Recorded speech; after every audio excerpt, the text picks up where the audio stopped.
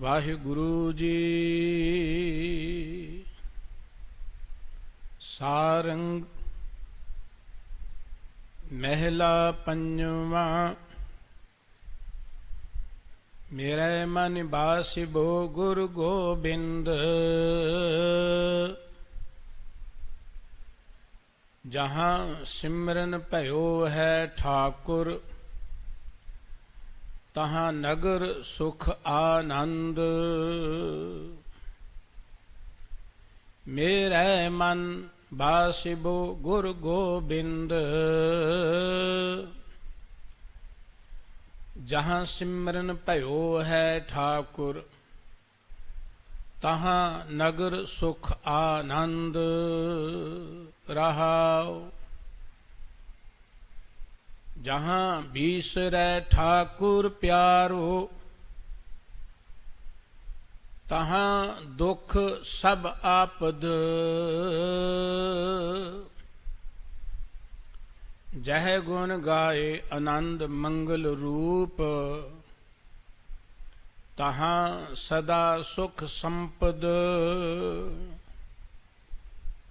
ਜਹਾਂ ਸਰਵਨ ਹਰ ਕਥਾ ਨਾ ਸੁਨੀਐ, ਤੈ ਮਹਾ ਭਿਆਨ ਉਦਿਆਨੰਦ। ਜਹਾਂ ਕੀਰਤਨ ਸਾਧ ਸੰਗਤ ਰਸ, ਤਹ ਸਗਨ ਬਾਸ ਫਲਾਨੰਦ। ਬਿਨ ਸਿਮਰਨ ਕੋਟ ਬਰਖ ਜੀਵੈ, ਸਗਲੀ ਔਦ ਬਿਰਥਾਨੰਦ। ਏਕ ਨਿਮਖ ਗੋਬਿੰਦ ਭਜਨ ਕਰ, ਤੋ ਸਦਾ ਸਦਾ ਜੀਵਾਨੰਦ। ਸਰਨ ਸਰਨ ਸਰਨ ਪ੍ਰਭ ਪਾਵੋ, ਦੀਜੈ ਸਾਧ ਸੰਗਤ ਕਿਰਪਾਨੰਦ। ਨਾਨਕ ਪੂਰ ਰਹਿਓ ਹੈ ਸਰਬ ਮੈਂ, ਸਗਲ ਗੁਣਾ ਬਿਦ ਜਾਨੰਦ। ਸਰਣ ਸਰਣ ਸਰਣ ਪ੍ਰਭ ਪਾਵੋ, ਦੀਜੈ ਸਾਧ ਸੰਗਤ ਕਿਰਪਾਨੰਦ। ਨਾਨਕ ਪੂਰ ਰਹਿਓ ਹੈ ਸਰਬ ਮੈਂ, ਸਗਲ ਗੁਣਾ ਬਿਦ ਜਾਨੰਦ। ਵਾਹਿਗੁਰੂ ਜੀ ਕਾ ਖਾਲਸਾ, ਵਾਹਿਗੁਰੂ ਜੀ ਕੀ ਫਤਿਹ। ਸਰਬ ਸੁਖਾਂ ਦੇ ਦਾਤੇ ਸਤਿਗੁਰੂ, ਚਵਰ ਛਤਰ ਤਖਤ ਦੇ ਮਾਲਕ, ਜੁਗੋ ਜੁਗ ਅਟਲ, ਜ਼ਾਹਰਾ ਜ਼ਹੂਰ ਅਤੇ ਹਾਜ਼ਰਾ ਹਜੂਰ, ਧੰਨ ਸਾਹਿਬ ਸ੍ਰੀ ਗੁਰੂ ਗ੍ਰੰਥ ਸਾਹਿਬ ਜੀ ਦੀ ਪਾਵਨ ਪਵਿੱਤਰ ਹਜ਼ੂਰੀ ਵਿੱਚ ਸੁਭਾਈਮਾਨ ਪਰਮ ਸਤਿਕਾਰਯੋਗ ਗੁਰੂ ਰੂਪ ਖਾਲਸਾ ਸਾਧ ਸੰਗਤ ਜੀਓ, ਪਰਮ ਪਿਤਾ ਵਾਹਿਗੁਰੂ ਜੀ ਦੀ ਬਖਸ਼ਿਸ਼ ਹੋਈ ਹੈ। ਅੰਮ੍ਰਿਤ ਵੇਲੇ ਗੁਰੂ ਗੋਦ ਵਿੱਚ ਬੈਠ ਕੇ ਗੁਰਬਾਣੀ ਕੀਰਤਨ ਸਰਵਣ ਕਰਨ ਦਾ ਸੁਭਾਗ ਪ੍ਰਾਪਤ ਹੋਇਆ ਹੈ। ਗੁਰੂ ਗ੍ਰੰਥ ਸਾਹਿਬ ਜੀ ਦੀ ਪਾਵਨ ਬਾਣੀ ਦੀ ਕਥਾ ਵਿਚਾਰ ਜੋ ਹਰ ਰੋਜ਼ ਆਪ ਜੀ ਸਰਵਣ ਕਰਦੇ ਹੋ, ਉਸ ਦੇ ਨਾਲ ਸੰਬੰਧਿਤ ਗੁਰੂ ਕੇ ਇਹ ਪਾਵਨ ਅਮੋਲ ਬਚਨ ਸਾਰੰਗ ਰਾਗ ਵਿੱਚੋਂ ਆਪ ਜੀ ਸਰਵਣ ਕਰ ਰਹੇ ਸੀ। ਹਰ ਮਨੁੱਖ ਜ਼ਿੰਦਗੀ ਅੰਦਰ ਸੁੱਖ ਚਾਹੁੰਦਾ ਹੈ, ਆਨੰਦ ਚਾਹੁੰਦਾ ਹੈ, ਤਰੱਕੀ ਚਾਹੁੰਦਾ ਹੈ, ਪਦਾਰਥ ਚਾਹੁੰਦਾ ਹੈ। ਜ਼ਿੰਦਗੀ ਦੇ ਅੰਦਰ ਜਿਤਨੇ ਵੀ ਅਸੀਂ ਕਰਮ ਕਰ ਰਹੇ ਹਾਂ, ਭਾਵੇਂ ਕੋਈ ਦੁਨਿਆਵੀ ਕਾਰੋਬਾਰ ਲਈ ਦੌੜ ਭੱਜ ਕਰਦਾ ਹੈ, ਉਸ ਦੀ ਵੀ ਇਹੀ ਲਾਲਸਾ ਹੈ ਮੈਨੂੰ ਜ਼ਿੰਦਗੀ 'ਚ ਸੁੱਖ ਮਿਲੇ। ਭਾਵੇਂ ਕੋਈ ਵਿਦਿਆ ਲੈ ਰਿਹਾ ਹੈ, ਭਾਵੇਂ ਕੋਈ ਰਾਜਨੀਤੀ ਦੁਨੀਆ 'ਚ ਸਰਗਰਮ ਹੈ, ਲੋਚਾ ਉਸ ਦੀ ਵੀ ਇਹੀ ਹੈ ਕਿ ਕਿਸੇ ਖਾਸ ਰੁਤਬੇ ਤੇ ਬੈਠ ਕੇ ਮੈਨੂੰ ਜ਼ਿੰਦਗੀ 'ਚ ਸੁੱਖ ਮਿਲ ਜਾਏਗਾ। ਧਰਮ ਦੀ ਦੁਨੀਆ 'ਚ ਕੋਈ ਜਪ ਕਰ ਰਿਹਾ ਹੈ, ਤਪ ਕਰ ਰਿਹਾ ਹੈ, ਦਾਨ ਪੁੰਨ ਕਰ ਰਿਹਾ ਹੈ, ਤੀਰਥ ਇਸ਼ਨਾਨ ਕਰ ਰਿਹਾ ਹੈ।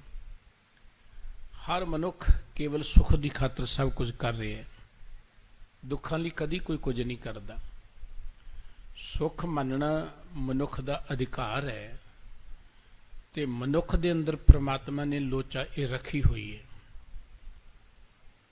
ਸੁੱਖ ਦੁਨਿਆਵੀ ਤੌਰ ਤੇ ਜੋ ਵੀ ਅਸੀਂ ਪਦਾਰਥ ਪ੍ਰਾਪਤ ਕਰਦੇ ਹਾਂ ਉਹਦੇ 'ਚ ਸਾਨੂੰ ਨਿੱਕੀਆਂ ਨਿੱਕੀਆਂ ਖੁਸ਼ੀਆਂ ਮਿਲਦੀਆਂ ਨੇ, ਚਾਅ ਮਿਲਦਾ ਹੈ ਤੇ ਮਨੁੱਖ ਚਾਹੁੰਦਾ ਹੈ ਕਿ ਇਹ ਚਾਅ ਸਦਾ ਬਣਿਆ ਰਹੇ, ਇਹ ਚਾਅ ਆਨੰਦ ਬਣ ਜਾਏ। ਆਨੰਦ ਦਾ ਅਰਥ ਹੁੰਦਾ ਹੈ ਕਿ ਉਹ ਚਾਅ ਜਿਹੜਾ ਹਮੇਸ਼ਾ ਹੀ ਕਾਇਮ ਰਹੇ। ਪਰ ਸਤਿਗੁਰੂ ਸੱਚੇ ਪਾਤਸ਼ਾਹ ਜੀ ਕਹਿੰਦੇ ਸੁੱਖ ਤਾਂ ਹਰ ਕੋਈ ਪ੍ਰਾਪਤ ਕਰਨਾ ਚਾਹੁੰਦਾ ਹੈ,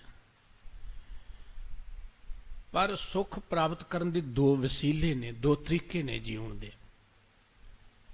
ਇੱਕ ਤਰੀਕਾ ਆਮ ਅਸੀਂ ਲੋਕਾਂ ਨੇ ਅਪਣਾਇਆ ਹੋਇਆ ਜਿਹੜਾ ਕਿ ਦੁਨਿਆਵੀ ਤੌਰ ਤੇ ਪਦਾਰਥ ਹੋਏਗਾ ਤੇ ਸੁਖੀ ਹੋਵਾਂਗੇ, ਰੁਤਬਾ ਹੋਏਗਾ ਤੇ ਸੁਖੀ ਹੋਵਾਂਗੇ, ਹੋਰ ਜੋ ਕੁਝ ਵੀ ਕਰਦੇ ਹਾਂ। ਪਰ ਗੁਰਬਾਣੀ ਕਹਿੰਦੀ ਸੁੱਖ ਮਿਲਣਾ ਹੈ ਪਰਮਾਤਮਾ ਦੇ ਸਿਮਰਨ ਵਿੱਚ। ਇੱਕ ਲਿਵ ਦਾ ਰਸਤਾ ਹੈ, ਇੱਕ ਧਾਤ ਦਾ ਰਸਤਾ ਹੈ, ਇੱਕ ਮਾਇਆ ਦਾ ਰਸਤਾ ਹੈ, ਇੱਕ ਪਰਮਾਤਮਾ ਦਾ ਰਸਤਾ ਹੈ। ਪਰਮਾਤਮਾ ਦੇ ਪਿਆਰ 'ਚ ਜੋ ਸੁੱਖ ਮਿਲਦਾ ਹੈ ਉਹ ਸਦਾ ਕਾਇਮ ਰਹਿੰਦਾ ਹੈ। ਉਹ ਸੁੱਖ ਤੇ ਤਾਂ ਮਿਲਣਾ ਹੈ ਜਦੋਂ ਸਾਡੀ ਸ਼ਖਸੀਅਤ ਸੁੱਖਾਂ ਦੀ ਅਨੁਕੂਲ ਹੋ ਜਾਏਗੀ, ਜਿਹਨੂੰ ਆਪਾਂ ਕਰੈਕਟਰ ਕਹਿੰਦੇ ਹਾਂ, ਕਿਰਦਾਰ ਕਹਿੰਦੇ ਹਾਂ। ਸਾਡੇ ਅੰਦਰ ਹਜ਼ਾਰਾਂ ਰੋਜ਼ ਖਿਆਲ ਪੈਦਾ ਹੁੰਦੇ ਨੇ, ਹਜ਼ਾਰਾਂ ਪੈਦਾ ਹੁੰਦੇ ਨੇ। ਉਹ ਜਿਹੜੇ ਖਿਆਲ ਨੇ ਉਹਨਾਂ ਨੇ ਸਾਡੀ ਸ਼ਖਸੀਅਤ ਦੀ ਉਸਾਰੀ ਕਰਨੀ ਹੈ। ਜਿਹੋ ਜਿਹੇ ਸਾਡੇ ਥਾਟਸ ਹੋਣਗੇ, ਜਿਹੋ ਜਿਹੇ ਸਾਡੇ ਖਿਆਲ ਹੋਣਗੇ, ਵਿਚਾਰ ਹੋਣਗੇ, ਉਹਨਾਂ ਦੇ ਅਨੁਸਾਰ ਸਾਡੀ ਸ਼ਖਸੀਅਤ ਬਣਨੀ ਹੈ। ਜੇ ਸਾਡੇ ਖਿਆਲ ਅੰਮ੍ਰਿਤਮਈ ਨੇ, ਚੰਗੇ ਨੇ, ਉੱਤਮ ਨੇ, ਸਾਡੀ ਸ਼ਖਸੀਅਤ ਵਧੀਆ ਬਣ ਜਾਏਗੀ, ਸਾਡੀ ਲੋਕਾਂ ਵਿੱਚ ਪਹਿਚਾਣ ਵਧੀਆ ਬਣ ਜਾਏਗੀ। ਜੇ ਸਾਡੇ ਖਿਆਲ ਪ੍ਰਮਾਤਮਾ ਦੇ ਪਿਆਰ ਵਾਲੇ ਨੇ, ਮਨੁੱਖਤਾ ਦੀ ਸੇਵਾ ਵਾਲੇ ਨੇ, ਜੇ ਸਾਡੇ ਖਿਆਲ ਰੱਬੀ ਗੁਣਾਂ ਵਾਲੇ ਨੇ, ਸਾਡੀ ਇੱਕ ਵਧੀਆ ਸ਼ਖਸੀਅਤ ਬਣੇਗੀ, ਮਜ਼ਬੂਤ ਸ਼ਖਸੀਅਤ ਬਣੇਗੀ। ਪਰ ਜੇ ਸਾਡੇ ਖਿਆਲ ਕੇਵਲ ਦੁਨਿਆਵੀ ਨੇ, ਦੁਨੀਆ ਤੱਕ ਹੀ ਸੀਮਤਾਂ ਕਿ ਧਨ ਚਾਹੀਦਾ ਜਿਵੇਂ ਮਰਜ਼ੀ ਮਿਲੇ, ਰੁਤਬਾ ਚਾਹੀਦਾ ਭਾਵੇਂ ਝੂਠ ਬੋਲ ਕੇ ਮਿਲੇ, ਹੇਰਾਫੇਰੀ ਕਰਕੇ ਮਿਲੇ, ਲੋਕਾਂ ਨੂੰ ਗੁੰਮਰਾਹ ਕਰਕੇ ਮਿਲੇ, ਫਿਰ ਸਾਡੀ ਜੋ ਸ਼ਖਸੀਅਤ ਬਣੇਗੀ ਨਾ, ਕਿਰਦਾਰ ਤਾਂ ਉਸਰਨਾ ਹੀ ਹੈ, ਭਾਵੇਂ ਚੰਗੇ ਕਰਮ ਕਰੀਏ ਤੇ ਭਾਵੇਂ ਮਾੜੇ ਕਰਮ ਕਰੀਏ। ਜੇ ਚੰਗੇ ਖਿਆਲ ਹੋਣਗੇ, ਚੰਗੇ ਕਰਮ ਹੋਣਗੇ, ਸਾਡੀ ਸ਼ਖਸੀਅਤ ਅਜਿਹੀ ਬਣ ਜਾਏਗੀ ਪਹਾੜ ਵਰਗੀ। ਇਹ ਦੁੱਖ ਸਾਨੂੰ ਡੁਲਾ ਨਹੀਂ ਸਕਣਗੇ, ਦੁੱਖ ਸਾਨੂੰ ਡੇਗ ਨਹੀਂ ਸਕਣਗੇ, ਸਾਡੇ ਤੇ ਭਾਰੂ ਨਹੀਂ ਹੋ ਸਕਣਗੇ।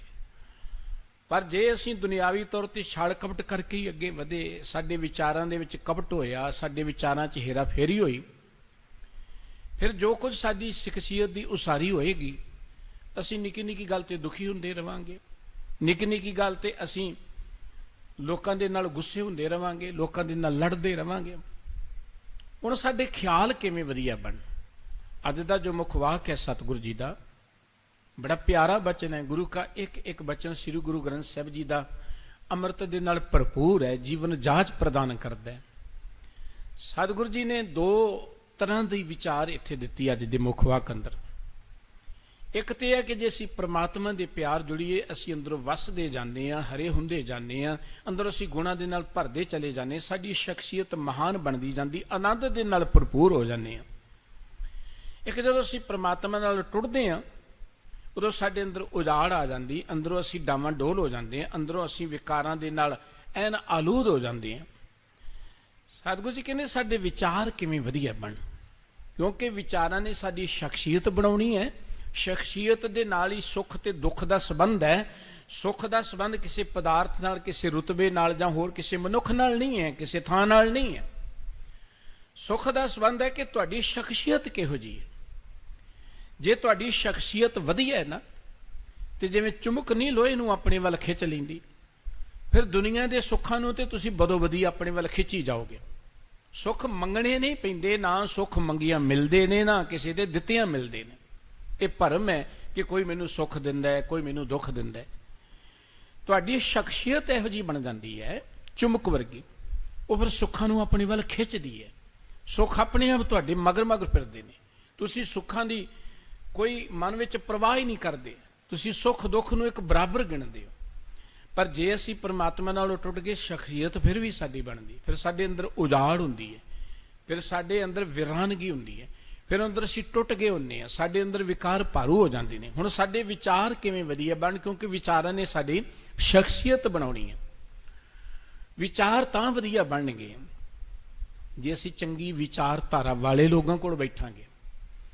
ਜਿਵੇਂ ਕਹਿ ਲਓ, ਜੇ ਅਸੀਂ ਚੰਗੀ ਸ਼ਖਸੀਅਤ ਬਣਾਉਣੀ ਹੈ ਤੇ ਚੰਗੀ ਸ਼ਖਸੀਅਤ ਦੇ ਕੋਲ ਬੈਠਾਂਗੇ, ਚੰਗੇ ਲੋਕਾਂ ਕੋਲ ਬੈਠਾਂਗੇ, ਜਿਨ੍ਹਾਂ ਦੀ ਜ਼ਿੰਦਗੀ ਜਿਹੜੀ ਹੈ ਆਨੰਦ ਦੇ ਨਾਲ ਭਰਪੂਰ ਹੈ, ਉਹਨਾਂ ਕੋਲ ਬੈਠਾਂਗੇ। ਸਤਿਗੁਰੂ ਜੀ ਨੇ ਉਹ ਸਾਨੂੰ ਸਤ ਸੰਗਤ ਕਿਹਾ। ਆਪਣੇ ਵਿਚਾਰ ਵਧੀਆ ਬਣਾਉਣੇ ਨੇ ਤੇ ਸਾਨੂੰ ਵਿਚਾਰਧਾਰਾ ਵਧੀਆ ਬਣਾਉਣੀ ਪਏਗੀ। ਉਹ ਵਿਚਾਰਧਾਰਾ ਹੈ ਗੁਰੂ ਕੀ ਬਾਣੀ। ਗੁਰਬਾਣੀ ਅਤੇ ਸੰਗਤ ਸਦੋਂ ਸਾਡੀ ਜ਼ਿੰਦਗੀ ਦਾ ਆਧਾਰ ਬਣ ਜਾਏਗੀ, ਉਦੋਂ ਸਾਡੇ ਅੰਦਰ ਚੰਗੇ ਵਿਚਾਰ ਪੈਦਾ ਹੋਣਗੇ। ਚੰਗੇ ਵਿਚਾਰ ਪੈਦਾ ਹੋਣਗੇ, ਚੰਗੀ ਸ਼ਖਸੀਅਤ ਬਣ ਜਾਏਗੀ। ਚੰਗੀ ਸ਼ਖਸੀਅਤ ਜਿਹੜੀ ਇਵੇਂ ਹੁੰਦੀ ਜਿਵੇਂ ਖਿੜਿਆ ਹਰਿਆ ਬਾਗ ਹੁੰਦਾ। ਚੰਗੀ ਸ਼ਖਸੀਅਤ ਇਵੇਂ ਹੁੰਦੀ ਜਿਵੇਂ ਦਰਖਤਾਂ ਨੂੰ ਫਲ ਲੱਗੇ ਹੁੰਦੇ, ਰਸ ਦੇ ਨਾਲ ਭਰਪੂਰ ਹੁੰਦੇ ਨੇ। ਚੰਗੀ ਸ਼ਖਸੀਅਤ ਇਵੇਂ ਹੁੰਦੀ ਹੈ ਜਿਵੇਂ ਗਊ ਨਹੀਂ ਹੁੰਦੀ ਜਿਹੜੀ ਦੁੱਧ ਦੇਵੇ ਤੇ ਹਰ ਕੋਈ ਜਿਹੜਾ ਦੁੱਧ ਪੀ ਕੇ ਆਨੰਦ ਮਾਣਦਾ ਹੈ। ਪਰ ਜੇ ਸ਼ਖਸੀਅਤ ਵਧੀਆ ਨਹੀਂ ਤੇ ਸਤਿਗੁਰੂ ਜੀ ਨੇ ਕਿਹਾ ਸੀ, ਧੇਨ ਦੁੱਧੇ ਤੇ ਬਾਹਰੀ ਕਿਤੇ ਨਾ ਆਵੇ ਕੰਮ। ਸਤਿਗੁਰੂ ਧੰਨ ਗੁਰੂ ਅਰਜਨ ਦੇਵ ਜੀ ਮਹਾਰਾਜ ਅੱਜ ਦੇ ਇਸ ਪਵਿੱਤਰ ਮੁੱਖ ਵਾਕ ਦੇ ਰਾਹੀਂ ਸਾਨੂੰ ਆਪਣੀ ਜ਼ਿੰਦਗੀ ਦੇ ਅੰਦਰ ਸੁੱਖ ਆਨੰਦ ਪ੍ਰਾਪਤ ਕਰਨ ਦੇ ਲਈ, ਸ਼ਖਸੀਅਤ ਉਸਾਰੀ ਦੇ ਲਈ ਜੋ ਬਚਨ ਕਹਿ ਰਹੇ ਨੇ, ਅਤੇ ਜੋ ਅਸੀਂ ਜ਼ਿੰਦਗੀ ਦੇ ਅੰਦਰ ਜਿਸ ਪਾਸੇ ਜੁੜਦੇ ਹਾਂ ਉਹਦੇ 'ਚ ਜੋ ਸਾਨੂੰ ਮਿਲਦਾ ਹੈ, ਜੋ ਅਸੀਂ ਬਣਦੇ ਹਾਂ, ਇਸ ਦੇ ਪ੍ਰਥਾਏ ਜੋ ਸਤਿਗੁਰੂ ਜੀ ਨੇ ਰੱਬੀ ਬਚਨ ਸਾਨੂੰ ਬਖਸ਼ਿਸ਼ ਕੀਤੇ ਨੇ, ਆਓ ਆਪਾਂ ਮਿਲ ਕੇ ਗੁਰੂ ਕੇ ਇਹਨਾਂ ਪਾਵਨ ਬਚਨਾਂ ਦੀ ਵਿਚਾਰ ਸਾਂਝੀ ਕਰੀਏ। ਸਤਿਗੁਰੂ ਜੀ ਦੇ ਪਿਆਰ ਵਿੱਚ ਜੁੜੀਏ ਜੀ। ਮਨ ਬਿਰਤੀਆਂ ਨੂੰ ਟਿਕਾਉਣ ਹਿੱਤ ਗੁਰੂ ਚਰਨਾਂ ਦਾ ਧਿਆਨ ਧਰਦੇ ਹਾਂ ਮੁਖ ਤੋਂ ਸਾਰੇ ਹੀ ਉਚਾਰਨ ਕਰੀਏ, ਸਤਨਾਮ ਵਾਹਿਗੁਰੂ ਸਾਹਿਬ ਜੀ। ਸਾਰੰਗ ਮਹਿਲਾ ਪੰਜਵਾਂ। ਮੇਰੇ ਮਨ ਬਾਸਿਬੋ ਗੁਰੂ ਗੋਬਿੰਦ।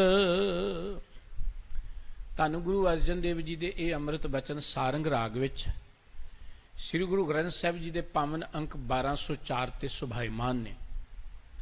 ਸਤਿਗੁਰੂ ਜੀ ਕਹਿੰਦੇ, ਭਾਈ ਮੇਰੇ ਮਨ ਵਿੱਚ, ਨੰਨੇ ਨੂੰ ਸਿਹਾਰੀ ਹੈ ਮਨ ਦੇ ਨੂੰ, ਮਨ ਦੇ ਵਿੱਚ ਬਾਸਿਬੋ ਗੁਰੂ ਗੋਬਿੰਦ। ਗੁਰ ਮੈਣਾ ਵੱਡਾ, ਗੋਬਿੰਦ ਮੈਣਾ ਜੋ ਪ੍ਰਿਥਵੀ ਦਾ ਮਾਲਕ ਹੈ। ਗੋ ਮੈਣਾ ਪ੍ਰਿਥਵੀ, ਇੰਦ ਮੈਣਾ ਮਾਲਕ ਗੋਬਿੰਦ, ਜੋ ਪ੍ਰਿਥਵੀ ਦਾ ਮਾਲਕ ਹੈ, ਜੋ ਵੱਡਾ ਪ੍ਰਮਾਤਮਾ ਹੈ, ਜਿਸ ਦੇ ਪ੍ਰਥਾਏ ਸਾਨੂੰ ਸਾਡੇ ਸਤਿਗੁਰੂ ਜੀ ਨੇ ਕਿਹਾ ਸੀ, ਜੇ ਜੁੜਨਾ ਹੀ ਹੈ ਉਹਦੇ ਨਾਲ ਜੁੜੋ ਜਿਹੜਾ ਸਾਰਿਆਂ ਤੋਂ ਵੱਡਾ ਹੈ। ਉਹਦੇ ਨਾਲ ਜੁੜੋ ਜਿਹੜੇ ਅੱਗੇ ਸਾਰੀ ਦੁਨੀਆ ਝੁਕਦੀ ਹੈ।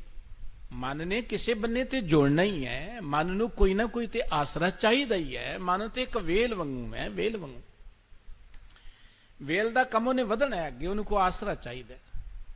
ਜਿਹੋ ਜਿਹਾ ਆਸਰਾ ਹੋਏਗਾ ਉਸੇ ਬੰਨੇ ਵੇਲ ਤੁਰ ਪਏਗੀ, ਉਨੀ ਉੱਚੀ ਉੱਠ ਜਾਏਗੀ। ਕੰਧ ਨਾ ਲਗਾ ਦੋ, ਕੰਧ ਤੇ ਚੜ ਜਾਏਗੀ। ਕਿਸੇ ਦਰਖਤ ਨਾ ਲਗਾ ਦੋ, ਦਰਖਤ ਤੇ ਚੜ ਜਾਏਗੀ। ਕਿਸੇ ਨੇ ਲਗਾਓਗੇ, ਕਿਸੇ ਬੰਨੇ ਨਹੀਂ ਲਗਾਓ ਤੇ ਉਹਨੇ ਆਪੇ ਜਿੱਧਰ ਮੂੰਹ ਹੋਇਆ ਤੁਰ ਪੈਣਾ। ਮਨ ਦਾ ਸੁਭਾਅ ਵੇਲ ਵਾਂਗੂ ਹੈ। ਮਨ ਨੂੰ ਚੰਗਾ ਆਸਰਾ ਦੇਵਾਂਗੇ, ਮਨ ਚੰਗਾ ਬਣ ਜਾਏਗਾ। ਜਿੰਨਾ ਉੱਚਾ ਆਸਰਾ ਦੇਵਾਂਗੇ, ਮਨ ਉਨਾ ਹੀ ਉੱਚਾ ਉੱਠ ਜਾਏਗਾ। ਤੇ ਸਤਿਗੁਰੂ ਜੀ ਕਹਿੰਦੇ, ਜੇ ਮਨ ਨੂੰ ਲਗਾਉਣਾ ਹੀ ਹੈ, ਜੋੜਨਾ ਹੀ ਹੈ, ਫਿਰ ਹਰ ਜੇਠ ਜੁੜਨ ਦਾ ਲੋੜੀ ਹੈ, ਜਿਸ ਅੱਗੇ ਸਭ ਨਿਵੰਨ। ਜਿਸ ਪ੍ਰਮਾਤਮਾ ਦੇ ਅੱਗੇ ਸਾਰੀ ਦੁਨੀਆ ਝੁਕਦੀ, ਉਹਦੇ ਨਾਲ ਜੋੜ ਲਈਏ ਆਪਣੇ ਮਨ ਨੂੰ। ਧੰਨ ਗੁਰੂ ਅਰਜਨ ਦੇਵ ਜੀ ਕਹਿੰਦੇ, ਮੇਰਾ ਮਨ ਜਿਹੜਾ ਨਾ, ਇਹਦੇ 'ਚ ਹੁਣ ਵਸ ਗਿਆ। ਕੌਣ? ਗੁਰ ਗੋਬਿੰਦ, ਸਾਰਿਆਂ ਤੋਂ ਵੱਡਾ। ਗੁਰ ਮੈਣਾ ਵੱਡਾ, ਗੋਬਿੰਦ ਜਿਹੜਾ ਪ੍ਰਿਥਵੀ ਦਾ ਮਾਲਕ ਪ੍ਰਮਾਤਮਾ ਹੈ ਨਾ, ਉਹ ਮੇਰੇ ਮਨ 'ਚ ਵਸ ਗਿਆ। ਹੁਣ ਮਨ 'ਚ ਪ੍ਰਮਾਤਮਾ ਕਿਵੇਂ ਵਸਦਾ? ਪ੍ਰਮਾਤਮਾ ਦਾ ਤੇ ਆਕਾਰ ਕੋਈ ਨਹੀਂ ਹੈ ਨਾ। ਅਸੀਂ ਅਕਸਰ ਕਹਿੰਦੇ ਜੀ ਪ੍ਰਮਾਤਮਾ ਨੂੰ ਦੇਖਣਾ ਹੈ, ਪ੍ਰਮਾਤਮਾ ਕਿਵੇਂ ਮਿਲੇਗਾ। ਪ੍ਰਮਾਤਮਾ ਦੇ ਪ੍ਰਥਾਏ ਚਰਚਾ ਬਹੁਤ ਜ਼ਿਆਦਾ ਹੈ, ਪਰ ਪ੍ਰਮਾਤਮਾ ਦਾ ਉਨਾ ਹੀ ਗਿਆਨ ਘੱਟ ਹੈ ਮਨੁੱਖ ਨੂੰ। ਜਿੰਨੀ ਪ੍ਰਮਾਤਮਾ ਦੇ ਪ੍ਰਥਾਏ ਚਰਚਾ ਹੈ, ਉਨਾ ਹੀ ਮਨੁੱਖ ਨੂੰ ਪ੍ਰਮਾਤਮਾ ਦੇ ਪ੍ਰਥਾਏ ਗਿਆਨ ਘੱਟ ਹੈ। ਅਸੀਂ ਕਹਿੰਦੇ ਪ੍ਰਮਾਤਮਾ ਦਿਸਦਾ ਨਹੀਂ ਹੈ, ਪ੍ਰਮਾਤਮਾ ਦੇ ਦਰਸ਼ਨ ਕਰਨੇ ਨੇ। ਹੁਣ ਪ੍ਰਮਾਤਮਾ ਦਾ ਤੇ ਆਕਾਰ ਹੀ ਕੋਈ ਨਹੀਂ ਹੈ। ਪ੍ਰਮਾਤਮਾ ਦਾ ਕੋਈ ਸਰੀਰ ਨਹੀਂ ਹੈ। ਜਿਹਦਾ ਸਰੀਰ ਹੈ ਉਹ ਪ੍ਰਮਾਤਮਾ ਹੋ ਹੀ ਨਹੀਂ ਸਕਦਾ। ਪ੍ਰਮਾਤਮਾ ਨਿਰਾਕਾਰ ਹੈ, ਨਿਰੰਕਾਰ ਉਹਨੂੰ ਕਿਹਾ ਗੁਰਬਾਣੀ ਅੰਦਰ। ਰੂਪ ਨਾ ਰੇਖ ਨਾ ਰੰਗ ਕਿਸ ਤ੍ਰਿਹ ਗੁਣ ਤੇ ਪ੍ਰਾਪਿਨ। ਉਹਦਾ ਕੋਈ ਰੂਪ ਰੰਗ ਰੇਖ ਚੱਤ ਚੱਕਰ ਚਿਹਨ ਜਾਤ ਪਦ ਕੁਝ ਨਹੀਂ ਹੈ। ਹੁਣ ਜਿਸ ਪ੍ਰਮਾਤਮਾ ਨੂੰ ਦੇਖ ਨਹੀਂ ਸਕਦੇ, ਜਿਹਦਾ ਆਕਾਰ ਕੋਈ ਨਹੀਂ, ਜਿਹਦਾ ਰੰਗ ਕੋਈ ਨਹੀਂ, ਉਹ ਸਾਡੇ ਹਿਰਦੇ 'ਚ ਵਸੇ ਕਿਵੇਂ? ਕਿਵੇਂ ਵਸ ਗਿਆ ਸਾਡੇ ਹਿਰਦੇ ਅੰਦਰ? ਸਤਿਗੁਰੂ ਜੀ ਕਹਿੰਦੇ, ਹਿਰਦੇ 'ਚ ਵਸਣ ਦਾ ਅਰਥ ਹੈ ਕਿ ਜਹਾਂ ਸਿਮਰਨ ਪਇਓ ਹੈ ਠਾਕੁਰ, तहां नगर सुख आनंद। ਹਿਰਦੇ ਚ ਵਸਣ ਦਾ ਅਰਥ ਹੈ ਕਿ ਵਾਹਿਗੁਰੂ ਜੀ ਦੀ ਯਾਦ ਵਸ ਗਈ ਹੈ, ਵਾਹਿਗੁਰੂ ਜੀ ਦਾ ਸਿਮਰਨ ਵਸ ਗਿਆ। ਉਹ ਵਾਹਿਗੁਰੂ ਜੀ ਜਿਹਦੇ ਬੇਅੰਤ ਗੁਣ ਗੁਰੂ ਗ੍ਰੰਥ ਸਾਹਿਬ ਜੀ ਚੰਕਤ ਨੇ, ਧਰਮ ਗ੍ਰੰਥਾਂ ਚੰਕਤ ਨੇ।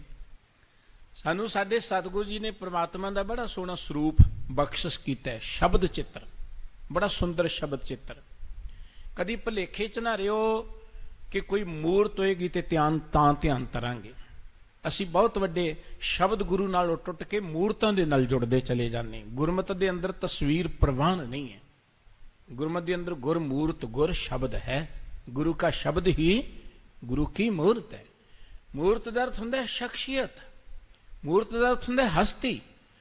ਹੁਣ ਪ੍ਰਮਾਤਮਾ ਦੀ ਹਸਤੀ ਨੂੰ ਕਿਸੇ ਕੈਲੰਡਰ ਤੇ ਤੁਸੀਂ ਬਣਾ ਲਓਗੇ ਜਾਂ ਗੁਰੂ ਦੀ ਹਸਤੀ ਨੂੰ ਬਣਾ ਲਓਗੇ, ਇਹ ਤੇ ਬਿਲਕੁਲ ਅਗਿਆਨਤਾ ਹੈ ਕਿ ਇਹ ਗੁਰੂਆਂ ਦੀਆਂ ਤਸਵੀਰਾਂ ਨੇ। ਪਰ ਅਸੀਂ ਜਦੋਂ ਆਪਣੇ ਸਮਾਜ ਅੰਦਰ ਝਾਤ ਮਾਰਦੇ ਹਾਂ, ਅਸੀਂ ਸ਼ਬਦ ਗੁਰੂ ਦੇ ਸਿਧਾਂਤ ਨੂੰ ਜਾਣ ਨਹੀਂ ਸਕੇ। ਜਿੰਨੀ ਵੱਡੀ ਦਾਤ ਸਾਨੂੰ ਸਾਡੇ ਸਤਿਗੁਰੂ ਜੀ ਨੇ ਦਿੱਤੀ ਹੈ, ਉਹਨਾਂ ਹੀ ਅਸੀਂ ਇਸ ਦਾਤ ਵੱਲੋਂ ਅਵੇਸ ਲਿਆ। ਸ਼ਬਦ ਗੁਰੂ ਦਾ ਸਿਧਾਂਤ ਜਿਹੜਾ ਸਮੁੱਚੀ ਦੁਨੀਆ ਦਾ ਧੁਰਾ ਹੈ। ਗੁਰੂ ਦੀ ਮੂਰਤ ਜਿਹੜੀ ਹੈ ਉਹਨੂੰ ਆਪਾਂ ਅੱਖਰਾਂ ਦੇ ਵਿੱਚ ਜਾਂ ਇਵੇਂ ਕਹਿ ਲਓ ਕਲਮ ਦੇ ਨਾਲ ਬਿਆਨ ਨਹੀਂ ਕਰ ਸਕਦੇ।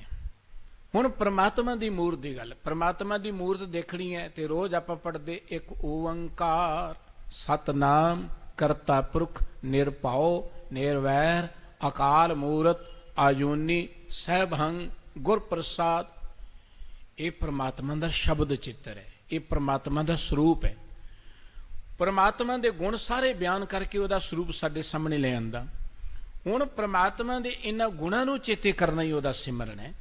ਪ੍ਰਮਾਤਮਾ ਦੇ ਗੁਣਾਂ ਨੂੰ ਚੇਤੇ ਕਰਨਾ ਉਹਦਾ ਸਿਮਰਨ ਹੈ। ਤੇ ਜਿਸ ਸਥਾਨ ਤੇ ਪ੍ਰਮਾਤਮਾ ਦਾ ਸਿਮਰਨ ਆ ਜੇ, ਜਹਾਂ ਸਿਮਰਨ ਭਇਓ ਹੈ ਠਾਕੁਰ, ਠਾਕੁਰ ਮੈਂ ਨਾ ਪ੍ਰਮਾਤਮਾ ਵਾਹਿਗੁਰੂ ਜੀ। ਇੱਥੇ ਠਾਕੁਰ ਕੋ ਪੱਥਰ ਦਾ ਨਹੀਂ ਹੈ ਸਾਡਾ ਠਾਕੁਰ ਤਾਂ ਹਮਰਾ ਠਾਕੁਰ ਸਦ ਬੋਲੰਤਾ ਸਰਬ ਦੀਆਂ ਕੋ ਸਦਾ ਦਾਨ ਦੇਤਾ। ਸਾਡਾ ਠਾਕੁਰ ਸਰਵ ਵਿਆਪਕ ਹੈ। ਸਾਡਾ ਠਾਕੁਰ ਜਿਹੜਾ ਹੈ ਉਹ ਸਾਰੇ ਜੀਵਾਂ 'ਚ ਬੈਠਾ ਹੋਇਆ ਹੈ। ਗੁਰਦੇਵ ਕਹਿੰਦੇ ਜਿਸ ਅਸਥਾਨ ਤੇ ਜਿਸ ਹਿਰਦੇ ਵਿੱਚ ਉਸ ਠਾਕੁਰ ਦਾ ਸਿਮਰਨ ਆ ਗਿਆ, ਉਹ ਠਾਕੁਰ ਦੀ ਯਾਦ ਆ ਗਈ, ਤਹਾਂ ਨਗਰ ਸੁਖ ਆਨੰਦ। ਉਸ ਨਗਰ ਵਿੱਚ, ਉਸ ਘਰ ਵਿੱਚ, ਉਸ ਹਿਰਦੇ ਵਿੱਚ ਹਮੇਸ਼ਾ ਸੁਖ ਹੀ ਵਰਤਦਾ ਹੈ। ਪਰਮਾਤਮਾ ਹੈ ਹੀ ਸੁਖ ਸਰੂਪ ਹੈ। ਹੁਣ ਜਿਹੋ ਜਿਹਾ ਮਨੁੱਖ ਹੋਏਗਾ ਨਾ, ਜਿੱਥੇ ਉਹ ਜਾਏਗਾ ਉੱਥੇ ਉਹੋ ਜਿਹੇ ਵਾਤਾਵਰਣ ਬਣ ਜਾਏਗਾ। ਹੰਕਾਰੀ ਬੰਦਾ ਜਾਏਗਾ, ਤੁਸੀਂ ਦੇਖੋ ਉੱਥੇ ਐਨਵਾਇਰਮੈਂਟ 'ਚ ਹੰਕਾਰ ਹੀ ਪਸਰ ਜਾਏਗਾ। ਦੁਸ਼ਟ ਬੰਦਾ ਕਿਤੇ ਬੈਠ ਜਾਏ, ਉੱਥੇ ਕੋਈ ਪਰਉਪਕਾਰ ਥੋੜ੍ਹਾ ਹੋਣਾ, ਉਹ ਤੇ ਦੁਸ਼ਟਤਾਈ ਦਾ ਸੁਭਾਅ ਪੈਦਾ ਕਰੇਗਾ। ਕੋਈ ਝੂਠਾ ਬੰਦਾ ਕਿਸੇ ਤਾਜ ਤਖਤ ਤੇ ਬੈਠ ਜਾਏ, ਮੁਲਕ ਹੀ ਝੂਠਿਆਂ ਦਾ ਬਣ ਜਾਂਦਾ, ਮੁਲਕ ਹੀ ਕਪਟੀ ਲੋਕਾਂ ਦਾ ਬਣ ਜਾਂਦਾ। ਜਥਾ ਰਾਜਾ ਤਥਾ ਪ੍ਰਜਾ। ਜੋ ਸ਼ਖਸੀਅਤ ਮਨੁੱਖ ਦੀ ਹੁੰਦੀ ਹੈ, ਜਿੱਥੇ ਉਹ ਬੈਠੇਗਾ ਉੱਥੇ ਉਹਦਾ ਉਹੀ ਪ੍ਰਭਾਵ ਪਵੇਗਾ। ਹੁਣ ਪ੍ਰਮਾਤਮਾ ਸੁਖ ਸਰੂਪ ਹੈ। ਪ੍ਰਮਾਤਮਾ ਦੀ ਵਡਿਆਈ ਕਰਦੇ ਆ। ਸਤਿਗੁਰੂ ਜੀ ਕਹਿੰਦੇ ਤੇਰੇ ਘਰ ਆਨੰਦ ਵਧਾਈ ਤੁਧ ਕਰ। ਪ੍ਰਮਾਤਮਾ ਦੇ ਘਰ 'ਚ ਆਨੰਦ ਹੈ, ਵਧਾਈਆਂ ਨੇ, ਖੁਸ਼ੀਆਂ ਨੇ, ਚਾਹ ਹੈ। ਪ੍ਰਮਾਤਮਾ ਸਤ ਸੁਹਾਣ ਸਦਾ ਮਨ ਚਾਓ, ਸਦਾ ਸੋਹਣਾ ਹੈ, ਸਦਾ ਚਾਅ 'ਚ ਚੜ੍ਹਦੀ ਕਲਾ 'ਚ ਰਹਿਣ ਵਾਲਾ ਪ੍ਰਮਾਤਮਾ। ਹੁਣ ਜਿੱਥੇ ਪ੍ਰਮਾਤਮਾ ਆ ਜਾਏਗਾ, ਜਿੱਥੇ ਪ੍ਰਮਾਤਮਾ ਦੀ ਯਾਦ ਆ ਜਾਏਗੀ, ਉੱਥੇ ਵੀ ਚੜ੍ਹਦੀ ਕਲਾ ਬਣ ਜਾਏਗੀ। ਜਿੱਥੇ ਪ੍ਰਮਾਤਮਾ ਦੀ ਯਾਦ ਆ ਜਾਏਗੀ, ਉੱਥੇ ਵੀ ਸੁੱਖ ਹੀ ਸੁੱਖ ਪਸਰ ਜਾਏਗਾ। ਇਵੇਂ ਕਹਿ ਲਓ, ਜਿੱਥੇ ਸੂਰਜ ਆਏਗਾ ਉੱਥੇ ਚਾਨਣ ਆ ਜਾਏਗਾ। ਜਿੱਥੇ ਪ੍ਰਮਾਤਮਾ ਆ ਜਾਏਗਾ ਉੱਥੇ ਸੁੱਖ ਆ ਜਾਏਗਾ। ਸਾਹਿਬ ਜੀ ਕਹਿੰਦੇ ਨੇ ਜਿੱਥੇ ਪ੍ਰਮਾਤਮਾ ਦਾ ਸਿਮਰਨ ਆਇਆ, ਤਹਾਂ ਨਗਰ ਸੁਖ ਆਨੰਦ। ਉਸ ਨਗਰ ਵਿੱਚ, ਉਸ ਘਰ ਵਿੱਚ, ਉਸ ਹਿਰਦੇ ਵਿੱਚ, ਉਸ ਅਸਥਾਨ ਤੇ ਸੁੱਖ ਹੀ ਸੁੱਖ ਹੁੰਦਾ ਹੈ, ਆਨੰਦ ਹੀ ਆਨੰਦ ਹੁੰਦਾ ਹੈ। ਇਸੇ ਕਰਕੇ ਸਤਿਗੁਰੂ ਜੀ ਕਹਿੰਦੇ ਜੇ ਸੁੱਖ ਚਾਹੁੰਦੇ ਹੋ, ਜਾਓ ਸੁਖ ਕੋ ਚਾਹੇ ਸਦਾ ਸ਼ਰਨ ਰਾਮ ਕੀਲੇ। ਜੇ ਸੁਖ ਚਾਹੁੰਦੇ ਤੇ ਪ੍ਰਮਾਤਮਾ ਦੀ ਸ਼ਰਨ 'ਚ ਆ ਜਾਓ, ਕਿਸੇ ਮਨੁੱਖ ਦੀ ਸ਼ਰਨ 'ਚ ਨਹੀਂ, ਕਿਸੇ ਦੇਵੀ ਦੇਵਤੇ ਦੀ ਸ਼ਰਨ 'ਚ ਨਹੀਂ। ਰਾਮ ਦਾ ਅਰਥ ਰਮਿਆ ਹੋਇਆ ਪ੍ਰਮਾਤਮਾ, ਸਰਵ ਵਿਆਪਕ ਵਾਹਿਗੁਰੂ। ਸਾਹਿਬ ਕਹਿੰਦੇ ਜਿੱਥੇ ਪ੍ਰਮਾਤਮਾ ਦੀ ਯਾਦ ਆ ਜਾਏ, ਜੈ ਹਰ ਸਿਮਰਨ ਭਇਆ ਤੈ ਉਪਾਦ ਗਤ ਕੀਨੀ ਵੱਡ ਭਾਗੀ ਹਰ ਜਪਨ। ਜਿੱਥੇ ਸਿਮਰਨ ਆ ਜਾਏ, ਉੱਥੋਂ ਉਪਾਧੀਆਂ ਭੱਜ ਜਾਂਦੀਆਂ ਨੇ, ਉੱਥੋਂ ਦੁੱਖ ਲਿੱਦਰ ਭੱਜ ਜਾਂਦੇ ਨੇ। ਪਰ ਸਤਿਗੁਰੂ ਜੀ ਕਹਿੰਦੇ ਪ੍ਰਮਾਤਮਾ ਨੂੰ ਤੇ ਵੱਡੇ ਭਾਗਾਂ ਵਾਲੇ ਜਪਦੇ ਨੇ, ਦੁਨੀਆ ਨੂੰ ਜਪਣ ਵਾਲੇ ਸਾਰੇ ਹੀ ਨੇ। ਕਈ ਵਾਰੀ ਬੰਦਾ ਲੱਗਦਾ ਹੈ ਕਿ ਪ੍ਰਮਾਤਮਾ ਨੂੰ ਜਪ ਰਿਹਾ, ਸਾਨੂੰ ਲੱਗਦਾ ਹੈ ਕੋਈ ਬੜਾ ਭਗਤ ਹੈ, ਕੋਈ ਬੜਾ ਬੰਦਗੀ ਕਰਨ ਵਾਲਾ ਹੈ, ਪਰ ਲੱਗਦਾ ਹੀ ਹੈ, ਪਰ ਅੰਦਰੋਂ ਕੇਵਲ ਉਹ ਮਾਇਆ ਦਾ ਹੀ ਭਗਤ ਹੁੰਦਾ ਹੈ। ਬੜੀ ਪਿਆਰੀ ਵਿਦਵਾਨਾਂ ਨੇ ਇੱਕ ਗਾਥਾ ਲਿਖੀ, ਇੱਕ ਵਾਰੀ ਮਾਇਆ ਦਾ ਤੇ ਪ੍ਰਮਾਤਮਾ ਦਾ ਸੰਵਾਦ ਹੋ ਗਿਆ। ਪਰਮਾਤਮਾ ਕਹਿੰਦਾ ਮਾਇਆ ਨੂੰ, ਮਾਇਆ ਦੇਖ ਕਿੰਨੀ ਦੁਨੀਆ ਮੈਨੂੰ ਚੇਤੇ ਕਰਦੀ ਹੈ, ਕਿਵੇਂ ਧਰਮ ਮੰਦਰ ਬਣੇ ਨੇ, ਮੰਦਰਾਂ 'ਚ ਧਰਮ ਸਥਾਨਾਂ 'ਚ ਕਿੰਨੀਆਂ ਭੀੜਾਂ ਨੇ, ਕਿੰਨੀਆਂ ਰੌਣਕਾਂ ਲੱਗਦੀਆਂ ਨੇ। ਮਾਇਆ ਕਹਿਣ ਲੱਗੀ ਪ੍ਰਮਾਤਮਾ ਜੀ ਇਹ ਜ਼ਰੂਰੀ ਨਹੀਂ ਸਾਰੇ ਤੁਹਾਨੂੰ ਚੇਤੇ ਕਰਨ, ਬਹੁਤੇ ਤੇ ਮੈਨੂੰ ਚੇਤੇ ਕਰਨ ਵਾਲੇ ਨੇ। ਤੇ ਕਹਿੰਦੇ ਜੀ ਚਲੋ ਦੇਖ ਲੈਨੇ ਆ, ਦੇਖ ਲੈਨੇ ਮਾਇਆ ਨੂੰ ਚੇਤੇ ਕਰਦੇ ਨੇ ਕਿ ਮੈਨੂੰ ਚੇਤੇ ਕਰਦੇ ਨੇ। ਕਹਿੰਦੇ ਮਾਇਆ ਪ੍ਰਮਾਤਮਾ ਇੱਕ ਭਗਤ ਦੇ, ਇਵੇਂ ਕਹਿ ਲੋ ਸਾਧੂ ਦੇ ਰੂਪ ਚ ਆ ਗਿਆ। ਵੈਸੇ ਤੇ ਪ੍ਰਮਾਤਮਾ ਸਾਰਿਆਂ ਚ ਹੀ ਹੈ, ਸਾਖੀ ਸਮਝਾਉਣ ਲਈ ਹੈ। ਇੱਕ ਮਹਾਤਮਾ ਸਾਧੂ ਦੇ ਰੂਪ ਚ ਪ੍ਰਮਾਤਮਾ ਆ ਗਿਆ। ਤੁਰਿਆ ਜਾ ਰਿਹਾ ਗਲੀ ਚ, ਸਵੇਰੇ ਸਵੇਰੇ ਇੱਕ ਬਾਣੀਏ ਨੇ ਦੁਕਾਨ ਖੋਲੀ ਹੈ। ਦੁਕਾਨ ਖੋਲਦਿਆਂ ਉਹਦੀ ਨਜ਼ਰ ਪਈ, ਉਹ ਦੁਕਾਨ ਦੇ ਵਿੱਚ ਧੂਪ ਬੱਤੀ ਕਰ ਰਿਹਾ ਸੀ, ਪਾਠ ਪੂਜਾ ਕਰ ਰਿਹਾ ਸੀ, ਜਿਵੇਂ ਕਰਦੇ ਨੇ ਦੁਕਾਨਦਾਰ। ਉਹਦੀ ਨਜ਼ਰ ਪਈ ਮਹਾਤਮਾ ਆ ਰਿਹਾ, ਉਹਨੂੰ ਚਾਹ ਚੜ ਗਿਆ। ਸਵੇਰੇ ਸਵੇਰੇ ਇੱਕ ਧਰਮੀ ਬੰਦੇ ਦੇ ਦਰਸ਼ਨ ਹੋਏ ਨੇ, ਬੜੇ ਚਾਹ ਨਾਲ ਮਹਾਤਮਾ ਜੀ ਨੂੰ ਮਿਲਿਆ। ਮਹਾਤਮਾ ਜੀ ਆਓ ਘਰ 'ਚ ਚਰਨ ਪਾਓ, ਘਰ ਲੈ ਗਿਆ, ਸੋਹਣੇ ਥਾਂ ਤੇ ਨਿਵਾਸ ਕੀਤਾ। ਮਹਾਤਮਾ ਜੀ ਦੇ ਪੀਣ ਲਈ ਪਾਣੀ ਲੈਣ ਲਈ ਜਾ ਰਿਹਾ ਸੀ, ਤੇ ਇੰਨੇ ਕੁ ਚਿਰ ਨੂੰ ਮਾਇਆ ਰਾਣੀ ਇੱਕ ਐ ਸੁਨਹਿਰੀ ਰੱਥ ਤੇ ਚੜ ਕੇ ਤੁਰੀ ਆ ਰਹੀ ਹੈ। ਐ ਰੱਥ ਬੜਾ ਚਮਕ ਰਿਹਾ ਹੈ, ਬੜਾ ਸੁਨਹਿਰੀ ਹੈ, ਹੀਰੇ ਚਮਕ ਰਹੇ ਨੇ। ਤੇ ਉਸ ਦੁਕਾਨਦਾਰ ਦੀ ਨਜ਼ਰ ਮਾਇਆ ਦੇ ਰੱਥ ਵੱਲ ਪੈ ਗਈ, ਦੇਖਦਾ ਹੀ ਰਹਿ ਗਿਆ ਉਹਦੀ ਚਮਕ ਦਮਕ ਨੂੰ। ਨੇੜੇ ਆ ਕੇ ਮਾਇਆ ਨੇ ਪਾਣੀ ਮੰਗ ਲਿਆ, ਪਾਣੀ ਚਾਹੀਦਾ। ਉਹਨੇ ਪਾਣੀ ਦਿੱਤਾ, ਮਾਇਆ ਨੇ ਇੱਕ ਸੋਨੇ ਦੇ ਗਲਾਸ 'ਚ ਪਾ ਲਿਆ ਆਪਣਾ ਪਾਣੀ, ਉਹ ਸੁੱਟ ਦਿੱਤਾ। ਉਹ ਸੋਨੇ ਦਾ ਗਲਾਸ ਵੀ ਪੀਤਾ ਪਾਣੀ ਤੇ ਸੁੱਟ ਦਿੱਤਾ। ਤੇ ਉਹ ਦੁਕਾਨਦਾਰ ਕਹਿੰਦਾ ਤੁਹਾਡਾ ਮਹਾਰਾਣੀ ਜੀ ਗਲਾਸ ਡਿੱਗ ਗਿਆ। ਕਹਿੰਦੀ ਡਿੱਗਿਆ ਨਹੀਂ, ਸੁੱਟ ਦਿੱਤਾ। ਜਿਸ ਭਾਂਡੇ 'ਚ ਮੈਂ ਖਾਵਾਂ ਮੁੜ ਕੇ ਨਹੀਂ ਵਰਤਦੀ, ਖਾਂਦੀ ਸੋਨੇ ਦੇ ਭਾਂਡੇ 'ਚ। ਤੇ ਹੁਣ ਦੁਕਾਨਦਾਰ ਦੇ ਮਨ 'ਚ ਖਿਆਲ ਆ ਗਿਆ ਕਿ 2 ਦਿਨ ਮੇਰੇ ਘਰ ਹੀ ਠਹਿਰ ਜਾਏ, 2 ਦਿਨ ਭੋਜਨ ਪਾਣੀ ਖਾਏਗੀ, ਕਿੰਨਾ ਸੋਨਾ ਆ ਜਾਏਗਾ। ਕਹਿਣ ਲੱਗਾ ਆਓ ਜੀ ਚਰਨ ਪਾਓ ਮੇਰੇ ਘਰ 'ਚ। ਕਹਿੰਦੀ ਆਵਾਂਗੀ, ਜਿੱਥੇ ਜੀ ਕਰੇਗਾ ਉੱਥੇ ਠਹਿਰਾਂਗੀ। ਲੈ ਗਿਆ ਅੰਦਰ, ਕਮਰੇ ਦਿਖਾਏ, ਸਥਾਨ ਦਿਖਾਏ, ਤੇ ਜਿੱਥੇ ਉਹ ਮਹਾਂਪੁਰਖ ਬੈਠੇ ਨੇ ਉਹ ਕਮਰਾ ਕਹਿਣ ਲੱਗੀ ਮਾਇਆ ਮੈਨੂੰ ਇਹ ਚਾਹੀਦਾ। ਕਹਿਣ ਲੱਗਾ ਇੱਥੇ ਸੰਤ ਜੀ ਬੈਠੇ ਨੇ। ਕਹਿੰਦੀ ਬੈਠੇ ਤੇ ਬੈਠੇ ਰਹਿਣ, ਮੈਂ ਚੱਲਦੀ ਹਾਂ। ਉਹ ਬਾਣੀਏ ਨੇ, ਦੁਕਾਨਦਾਰ ਨੇ ਉਹ ਸੰਤ ਜੀ ਦੀ ਪੋਟਲੀ ਚੁੱਕੀ, ਤੋਰਤਾ ਤੇ ਉੱਥੇ ਵਾੜਤਾ ਮਾਇਆ ਨੂੰ। ਉਹ ਸੰਤ ਜੀ ਜਦੋਂ ਤੁਰੇ ਨਾ, ਤੇ ਮਾਇਆ ਕਹਿਣ ਲੱਗੀ ਰੱਬ ਜੀ ਕਿਉਂ ਭਗਤ ਤੁਹਾਡਾ ਕਿ ਮੇਰਾ ਹੈ? ਇਹ ਭਗਤ ਮੇਰਾ ਹੀ ਹੈ, ਬਾਹਰੋਂ ਹੀ ਟੱਲੀਆਂ ਖੜਕਾ ਰਿਹਾ ਸੀ ਤੁਹਾਡੇ ਨਾਂ ਦੀਆਂ। ਬਹੁਤਾਂਤ ਸਮਾਜ ਦੇ ਅੰਦਰ ਉਹ ਹੈ ਜੋ ਮੇਰੇ ਵਰਗੇ ਕੇਵਲ ਮਾਇਆ ਹੀ ਮੰਗਦੇ ਨੇ ਰੱਬ ਕੋਲੋਂ, ਮਾਇਆ ਦੀ ਖਾਤਰ ਰੱਬ ਨੂੰ ਚੇਤੇ ਕਰਦੇ ਨੇ, ਸੁੱਖਾਂ ਦੀ ਖਾਤਰ ਰੱਬ ਨੂੰ ਚੇਤੇ ਕਰਦੇ ਨੇ। ਗੁਰਬਾਣੀ ਕਹਿੰਦੀ ਹੈ ਪਰਮਾਤਮਾ ਦੇ ਪਿਆਰ ਵਿੱਚ ਜੁੜਾਂਗੇ, ਮਾਇਆ ਤੇ ਆਪਣੇ ਆਪ ਹੀ ਆ ਜਾਏਗੀ। ਜਿੱਥੇ ਪ੍ਰਮਾਤਮਾ ਹੋਏਗਾ ਮਾਇਆ ਨੇ ਆਉਣਾ ਹੀ ਆਉਣਾ ਹੈ। ਇਹ ਮਾਇਆ ਤੇ ਪ੍ਰਮਾਤਮਾ ਦੀ ਛਾਂ ਹੈ, ਛਾਂ ਪ੍ਰਮਾਤਮਾ ਤੋਂ ਦੂਰ ਨਹੀਂ ਰਹਿ ਸਕਦੀ। ਜਿੱਥੇ ਪ੍ਰਮਾਤਮਾ ਆ ਗਿਆ, ਸਤਿਗੁਰੂ ਸਾਹਿਬ ਜੀ ਕਹਿੰਦੇ ਜਹ ਗੁਣ ਗਾਏ ਆਨੰਦ ਮੰਗਲ ਰੂਪ, ਜਹਾਂ ਸਿਮਰਨ ਤਹਿਓ ਹੈ ਠਾਕੁਰ ਤਹਾਂ ਨਗਰ ਸੁਖ ਆਨੰਦ। ਜਿੱਥੇ ਉਸ ਠਾਕੁਰ ਦਾ, ਵਾਹਿਗੁਰੂ ਦਾ, ਪ੍ਰਭੂ ਦਾ ਸਿਮਰਨ ਆ ਗਿਆ, ਉਸ ਨਗਰ ਵਿੱਚ, ਉਸ ਘਰ ਵਿੱਚ ਆਨੰਦ ਹੈ, ਉਸ ਘਰ ਵਿੱਚ ਸੁਖ ਹੈ। ਸਤਿਗੁਰੂ ਜੀ ਕਹਿੰਦੇ ਨੇ ਰਹਾਉ ਜਹਾਂ ਬੀਸਰੇ ਠਾਕੁਰ ਪਿਆਰੋ, ਤਹਾਂ ਦੁੱਖ ਸਭ ਆਪਦ। ਪਰ ਜਿਸ ਸਥਾਨ ਤੇ ਉਹ ਪਿਆਰਾ ਪ੍ਰਭੂ ਵਿਸਰ ਜਾਏ। ਪਰਮਾਤਮਾ ਪਿਆਰਾ ਹੈ, ਸਭ ਕਿਸੇ ਨੂੰ ਪਿਆਰ ਕਰਦਾ, ਉਹ ਨਿਰਵੈਰ ਹੈ, ਉਹ ਮਿਹਰਬਾਨ ਹੈ, ਉਹ ਸਤਬਖਸ਼ਿੰਦ ਹੈ। ਉਹ ਇੰਨਾ ਪਿਆਰਾ ਹੈ ਕਿ ਉਹਦਾ ਨਾਮ ਪ੍ਰੀਤਮ ਰੱਖਿਆ ਹੈ, ਮਨਮੋਹਨ ਹੈ, ਮਨ ਨੂੰ ਮੋਹ ਲੈਣ ਵਾਲਾ ਹੈ। ਸਤਿਗੁਰੂ ਜੀ ਕਹਿੰਦੇ ਉਹ ਪਿਆਰਾ ਠਾਕੁਰ ਪ੍ਰਭੂ ਜਿਸ ਹਿਰਦੇ ਚੋਂ ਭੁੱਲ ਜਾਏ, ਜਿਸ ਅਸਥਾਨ ਤੋਂ ਭੁੱਲ ਜਾਏ, ਤਹਾਂ ਦੁੱਖ ਸਭ ਆਪਦ। ਉੱਥੇ ਸਾਰੇ ਦੁੱਖ ਆ ਜਾਂਦੇ ਨੇ। ਆਪਦ ਮੈਣਾ ਬਿਪਤਾ, ਉੱਥੇ ਬਿਪਤਾਵਾਂ ਆਪਣੇ ਆਪ ਹੀ ਆ ਜਾਂਦੀਆਂ ਨੇ, ਬੁਲਾਉਣੀਆਂ ਨਹੀਂ ਪੈਂਦੀਆਂ। ਸੂਰਜ ਅਸਤ ਹੋ ਜਾਏ, ਹਨੇਰਾ ਆਪਣੇ ਆਪ ਹੀ ਆ ਜਾਂਦਾ। ਹਿਰਦੇ ਚੋਂ ਪਰਮਾਤਮਾ ਭੁੱਲ ਜਾਏ। ਪਰਮਾਤਮਾ ਭੁੱਲਣ ਤੋਂ ਬਾਅਦ ਕੀ ਹੁੰਦਾ ਹੈ? ਦੇਖੋ ਨਾ, ਜਦੋਂ ਬੰਦਾ ਕੋਈ ਬੜਾ ਬੇਈਮਾਨੀ ਕਰੇ, ਆਪਾਂ ਕਹਿੰਦੇ ਕੋਈ ਰੱਬ ਨੂੰ ਚੇਤੇ ਕਰ ਲਿਆ ਕਰ, ਕੋਈ ਰੱਬ ਤੋਂ ਡਰਿਆ ਕਰ। ਕੋਈ ਝੂਠ ਬੋਲੇ, ਆਪਾਂ ਕਹਿੰਦੇ ਰੱਬ ਤੋਂ ਡਰਿਆ ਕਰ। ਕੋਈ ਕਿਸੇ ਨਾਲ ਧੱਕਾ ਕਰੇ, ਆਪਾਂ ਕਹਿੰਦੇ ਨੂੰ ਰੱਬ ਭੁੱਲ ਗਿਆ।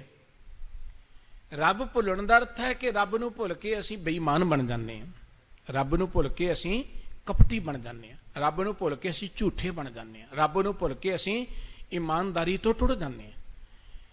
ਰੱਬ ਨਾਲੋਂ ਟੁੱਟਣ ਦਾ ਅਰਥ ਇਮਾਨਦਾਰੀ ਤੋਂ ਟੁੱਟਣਾ ਹੈ, ਸੱਚਾਈ ਤੋਂ ਟੁੱਟਣਾ ਹੈ। ਤੇ ਜਿਸ ਹਿਰਦੇ 'ਚ ਇਮਾਨਦਾਰੀ ਨਹੀਂ ਹੈ, ਜਿਸ ਹਿਰਦੇ ਵਿੱਚ ਸੱਚਾਈ ਨਹੀਂ ਹੈ, ਜਿਹੜਾ ਬੰਦਾ ਜ਼ਿੰਦਗੀ ਅੰਦਰ ਸੱਚ ਨਾਲੋਂ ਹੀ ਟੁੱਟ ਗਿਆ, ਇਮਾਨਦਾਰੀ ਨਾਲੋਂ ਟੁੱਟ ਗਿਆ, ਸਤਿਗੁਰੂ ਜੀ ਕਹਿੰਦੇ ਉੱਥੇ ਦੁੱਖ ਬੁਲਾਉਣੇ ਨਹੀਂ ਪੈਂਦੇ, ਆਪਣੇ ਆਪ ਆ ਜਾਂਦੇ ਨੇ। ਸਾਡੇ ਦੁੱਖਾਂ ਦਾ ਕਾਰਨ ਇਹ ਹੈ ਅਸੀਂ ਪਰਮਾਤਮਾ ਨੂੰ ਭੁਲਾ ਕੇ ਬੇਈਮਾਨ ਬਣ ਗਏ, ਅਸੀਂ ਝੂਠੇ ਬਣ ਗਏ, ਕਪਟੀ ਬਣ ਗਏ। ਦੇਖੋ ਰੋਟੀਆਂ ਹਰ ਮਨੁੱਖ ਨੇ ਖਾਣੀਆਂ ਨੇ ਤੇ ਮਿਹਨਤ ਕੀਤੀਆਂ ਮਿਲ ਹੀ ਜਾਂਦੀਆਂ ਨੇ। ਇਹ ਨਹੀਂ ਕਿ ਜਿਹੜਾ ਬੇਈਮਾਨੀ ਕਰਦਾ ਉਹ ਜ਼ਿਆਦਾ ਰੋਟੀਆਂ ਖਾਂਦਾ, ਇਹ ਕਦੀ ਨਹੀਂ ਹੋਇਆ। ਰੋਟੀ ਤਾਂ ਉਹ ਨਹੀਂ ਖਾਣੀ ਜਿੰਨੀ ਸਾਡੀ ਲੋੜ ਹੈ, ਖੁਰਾਕ ਹੈ। ਕਈ ਵਾਰੀ ਬੰਦਾ ਬੇਈਮਾਨੀ ਕਰ ਕਰਕੇ ਬਹੁਤ ਕੁਝ ਇਕੱਤਰ ਕਰ ਲੈਂਦਾ, ਪਰ ਇਕੱਤਰ ਹੋ ਜਾਂਦਾ, ਪਰ ਡਾਕਟਰ ਕਹਿੰਦੇ ਆ ਦੁੱਧ ਨਹੀਂ ਪੀਣਾ, ਡਾਕਟਰ ਕਹਿੰਦੇ ਆ ਮਿੱਠਾ ਨਹੀਂ ਖਾਣਾ, ਡਾਕਟਰ ਕਹਿੰਦੇ ਇਹ ਚੀਜ਼ ਨਹੀਂ ਖਾਣੀ, ਉਹ ਖਾ ਹੀ ਨਹੀਂ ਸਕਦਾ। ਇਕੱਠਾ ਕਰ ਲੈਂਦਾ, ਖਾ ਹੀ ਨਹੀਂ ਸਕਦਾ। ਸਤਿਗੁਰੂ ਸਾਹਿਬ ਜੀ ਕਹਿੰਦੇ ਕਿ ਜਦੋਂ ਮਨੁੱਖ ਪ੍ਰਮਾਤਮਾ ਨਾਲ ਟੁੱਟਦਾ, ਬੇਈਮਾਨ ਬਣ ਜਾਂਦਾ ਹੈ, ਝੂਠਾ ਬਣ ਜਾਂਦਾ ਹੈ, ਸੱਚ ਨਾਲੋਂ ਟੁੱਟ ਕੇ ਉਹ ਜ਼ਿੰਦਗੀ ਦੇ ਮਾਰਗ ਤੋਂ ਲਾਹ ਜਾਂਦਾ ਹੈ, ਤੇ ਉੱਥੇ ਤੇ ਦੁੱਖ ਆਪਣੇ ਆਪ ਹੀ ਆ ਜਾਂਦੇ ਨੇ। ਜਦੋਂ ਵੀ ਅਸੀਂ ਕੁਦਰਤ ਦੇ ਕਾਨੂੰਨ ਤੋਂ ਉਲਟ ਚੱਲਾਂਗੇ, ਇਹ ਬ੍ਰਹਿਮੰਡ ਚੱਲ ਰਿਹਾ ਹੈ ਨਾ, ਇਹ ਕਿਸੇ ਨਿਯਮਾਵਲੀ ਚੱਲ ਰਿਹਾ, ਕਿਸੇ ਸਿਸਟਮ ਚੱਲ ਰਿਹਾ। ਗਰਮੀਆਂ ਦੇ ਦਿਨਾਂ 'ਚ ਨਾ ਛੋਟੇ ਹੁੰਦੇ ਆ, ਕਈ ਵਾਰ ਕੋਠਿਆਂ ਤੇ ਸੋਇਆ ਕਰਦੇ ਸਾਂ। ਹੁਣ ਵੀ ਕਦੀ ਰਾਤ ਨੂੰ ਬਾਹਰ ਫਿਰਦੇ ਤੁਰਦੇ ਅਸਮਾਨ ਵੱਲ ਨਜ਼ਰ ਜਾਏ ਨਾ, ਤੇ ਉੱਪਰੋਂ ਇੱਕ ਨਾ ਚੰਗਿਆੜਾ ਜਿਹਾ ਧਰਤੀ ਵੱਲ ਨੂੰ ਡਿੱਗਦਾ ਬੜੀ ਤੇਜ਼ੀ ਨਾਲ। ਬਜ਼ੁਰਗਾਂ ਨੂੰ ਪੁੱਛਣਾ, ਉਹਨੇ ਕਹਿਣਾ ਤਾਰਾ ਟੁੱਟ ਗਿਆ। ਅੱਜ ਦੇ ਵਿਗਿਆਨ ਨੂੰ ਪੁੱਛੀਏ ਤਾਂ ਉਹ ਕਹਿੰਦਾ ਤਾਰਾ ਕੋਈ ਮਾਮੂਲੀ ਚੀਜ਼ ਨਹੀਂ ਹੈ, ਸਾਡੀ ਧਰਤੀ ਵਰਗੀ ਕੋਈ ਬੜੀ ਵੱਡੀ ਧਰਤੀ ਸੀ। ਇਹ ਤਾਰੇ ਕੋਈ ਮਾਮੂਲੀ ਨਹੀਂ ਹੈ, ਪਤਾ ਨਹੀਂ ਕਿੰਨੀਆਂ ਕੋ ਧਰਤੀਆਂ ਨੇ, ਕਿੰਨੇ ਕੋ ਸੂਰਜ ਨੇ ਇਸ ਬ੍ਰਹਿਮੰਡ ਦੇ ਅੰਦਰ। ਤੇ ਇਹ ਜੋ ਵੀ ਹੈ ਧਰਤੀ, ਸੂਰਜ, ਚੰਦਰਮਾ, ਜਿੰਨੇ ਗ੍ਰਹਿ ਨੇ, ਇਹਨਾਂ ਦੀ ਪ੍ਰਕਿਰਤੀ ਨੇ ਕੋਈ ਚਾਲ ਨੀਅਤ ਕੀਤੀ, ਇਹਨਾਂ ਦਾ ਕੋਈ ਕੇਂਦਰ ਹੈ ਜਿਹਦੇ ਦੁਆਲੇ ਘੁੰਮਦੇ ਨੇ। ਜਿਵੇਂ ਧਰਤੀ ਜਿਹੜੀ ਹੈ ਇਹ ਆਪਣੇ ਧੁਰੇ ਦੁਆਲੇ ਘੁੰਮਦੀ ਹੈ, ਫਿਰ ਸੂਰਜ ਦੁਆਲੇ ਘੁੰਮਦੀ ਹੈ, ਚੰਦਰਮਾ ਸੂਰਜ ਦੁਆਲੇ, ਕੋਈ ਧਰਤੀ ਦੁਆਲੇ ਘੁੰਮਦਾ ਹੈ। ਇਦਾਂ ਇਹ ਸਾਰਿਆਂ ਦੀ ਕੋਈ ਚਾਲ ਹੈ।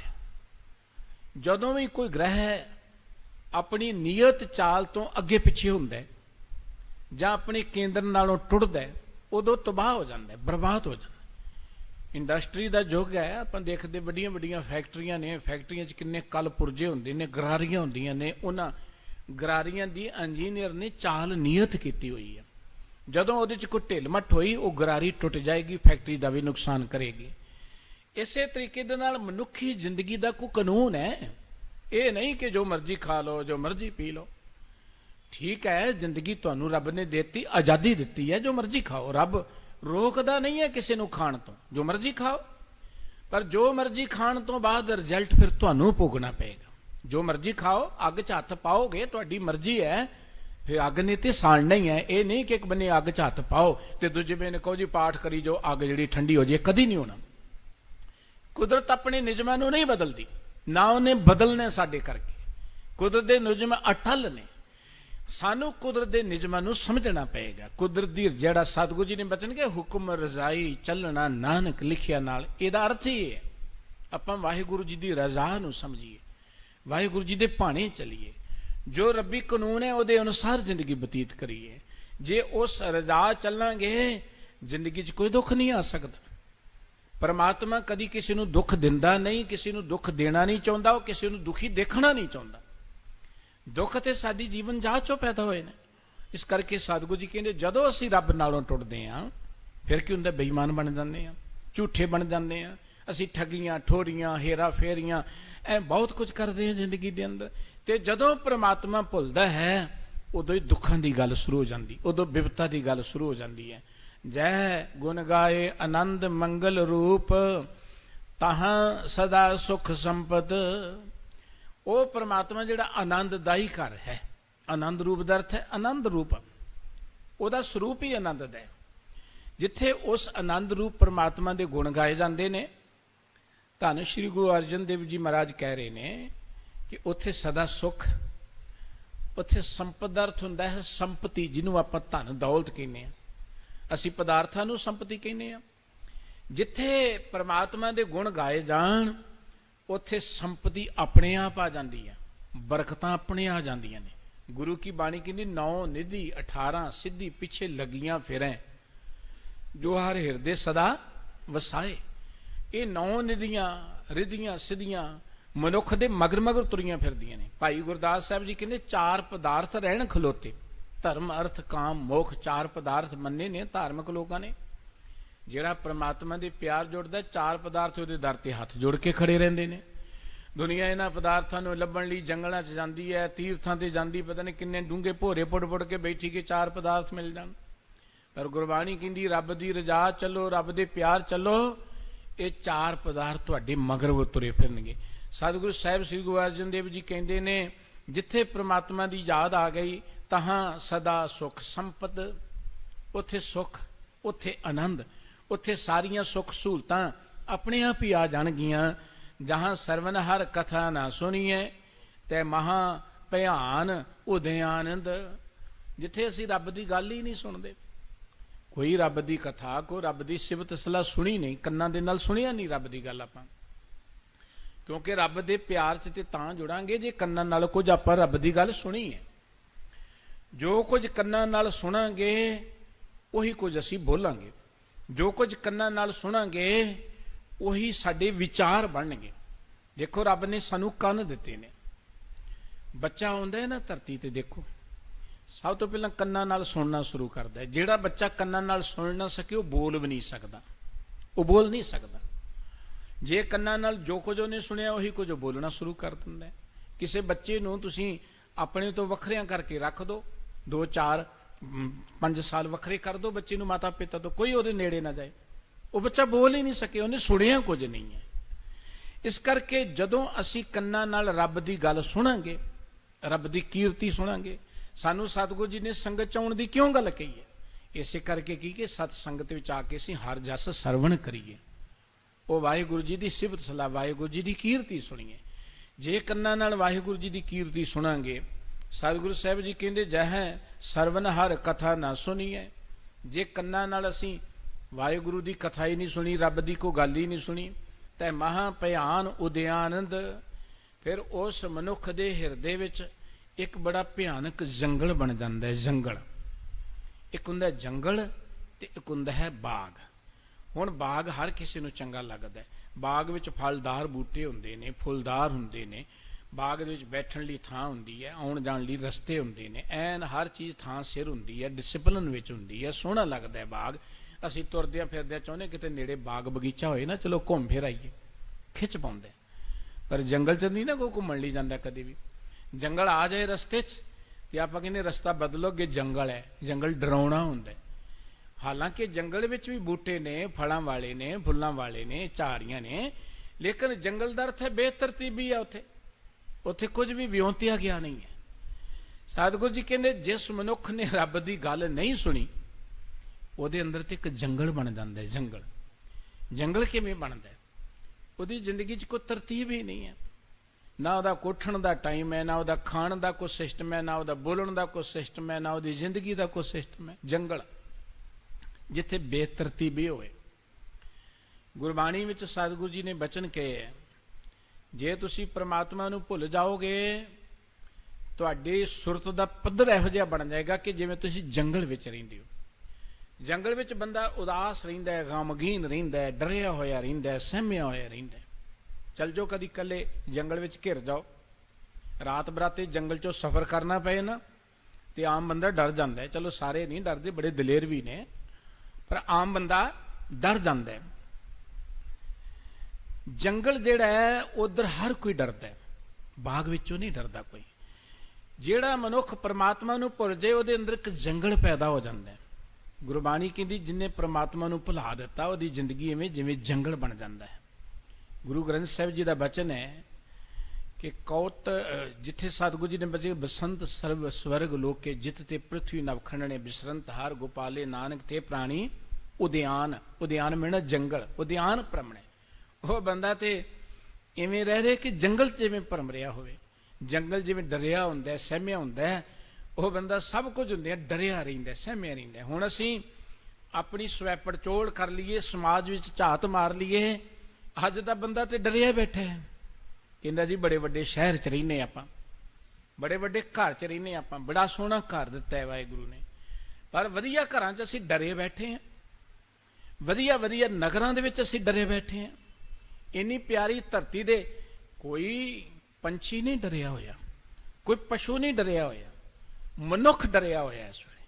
ਉਹਦਾ ਕਾਰਨ ਕੀ ਹੈ ਕਿ ਮਨੁੱਖ ਨੇ ਤੇ ਰੱਬ ਨੂੰ ਹੀ ਭੁਲਾ ਦਿੱਤਾ।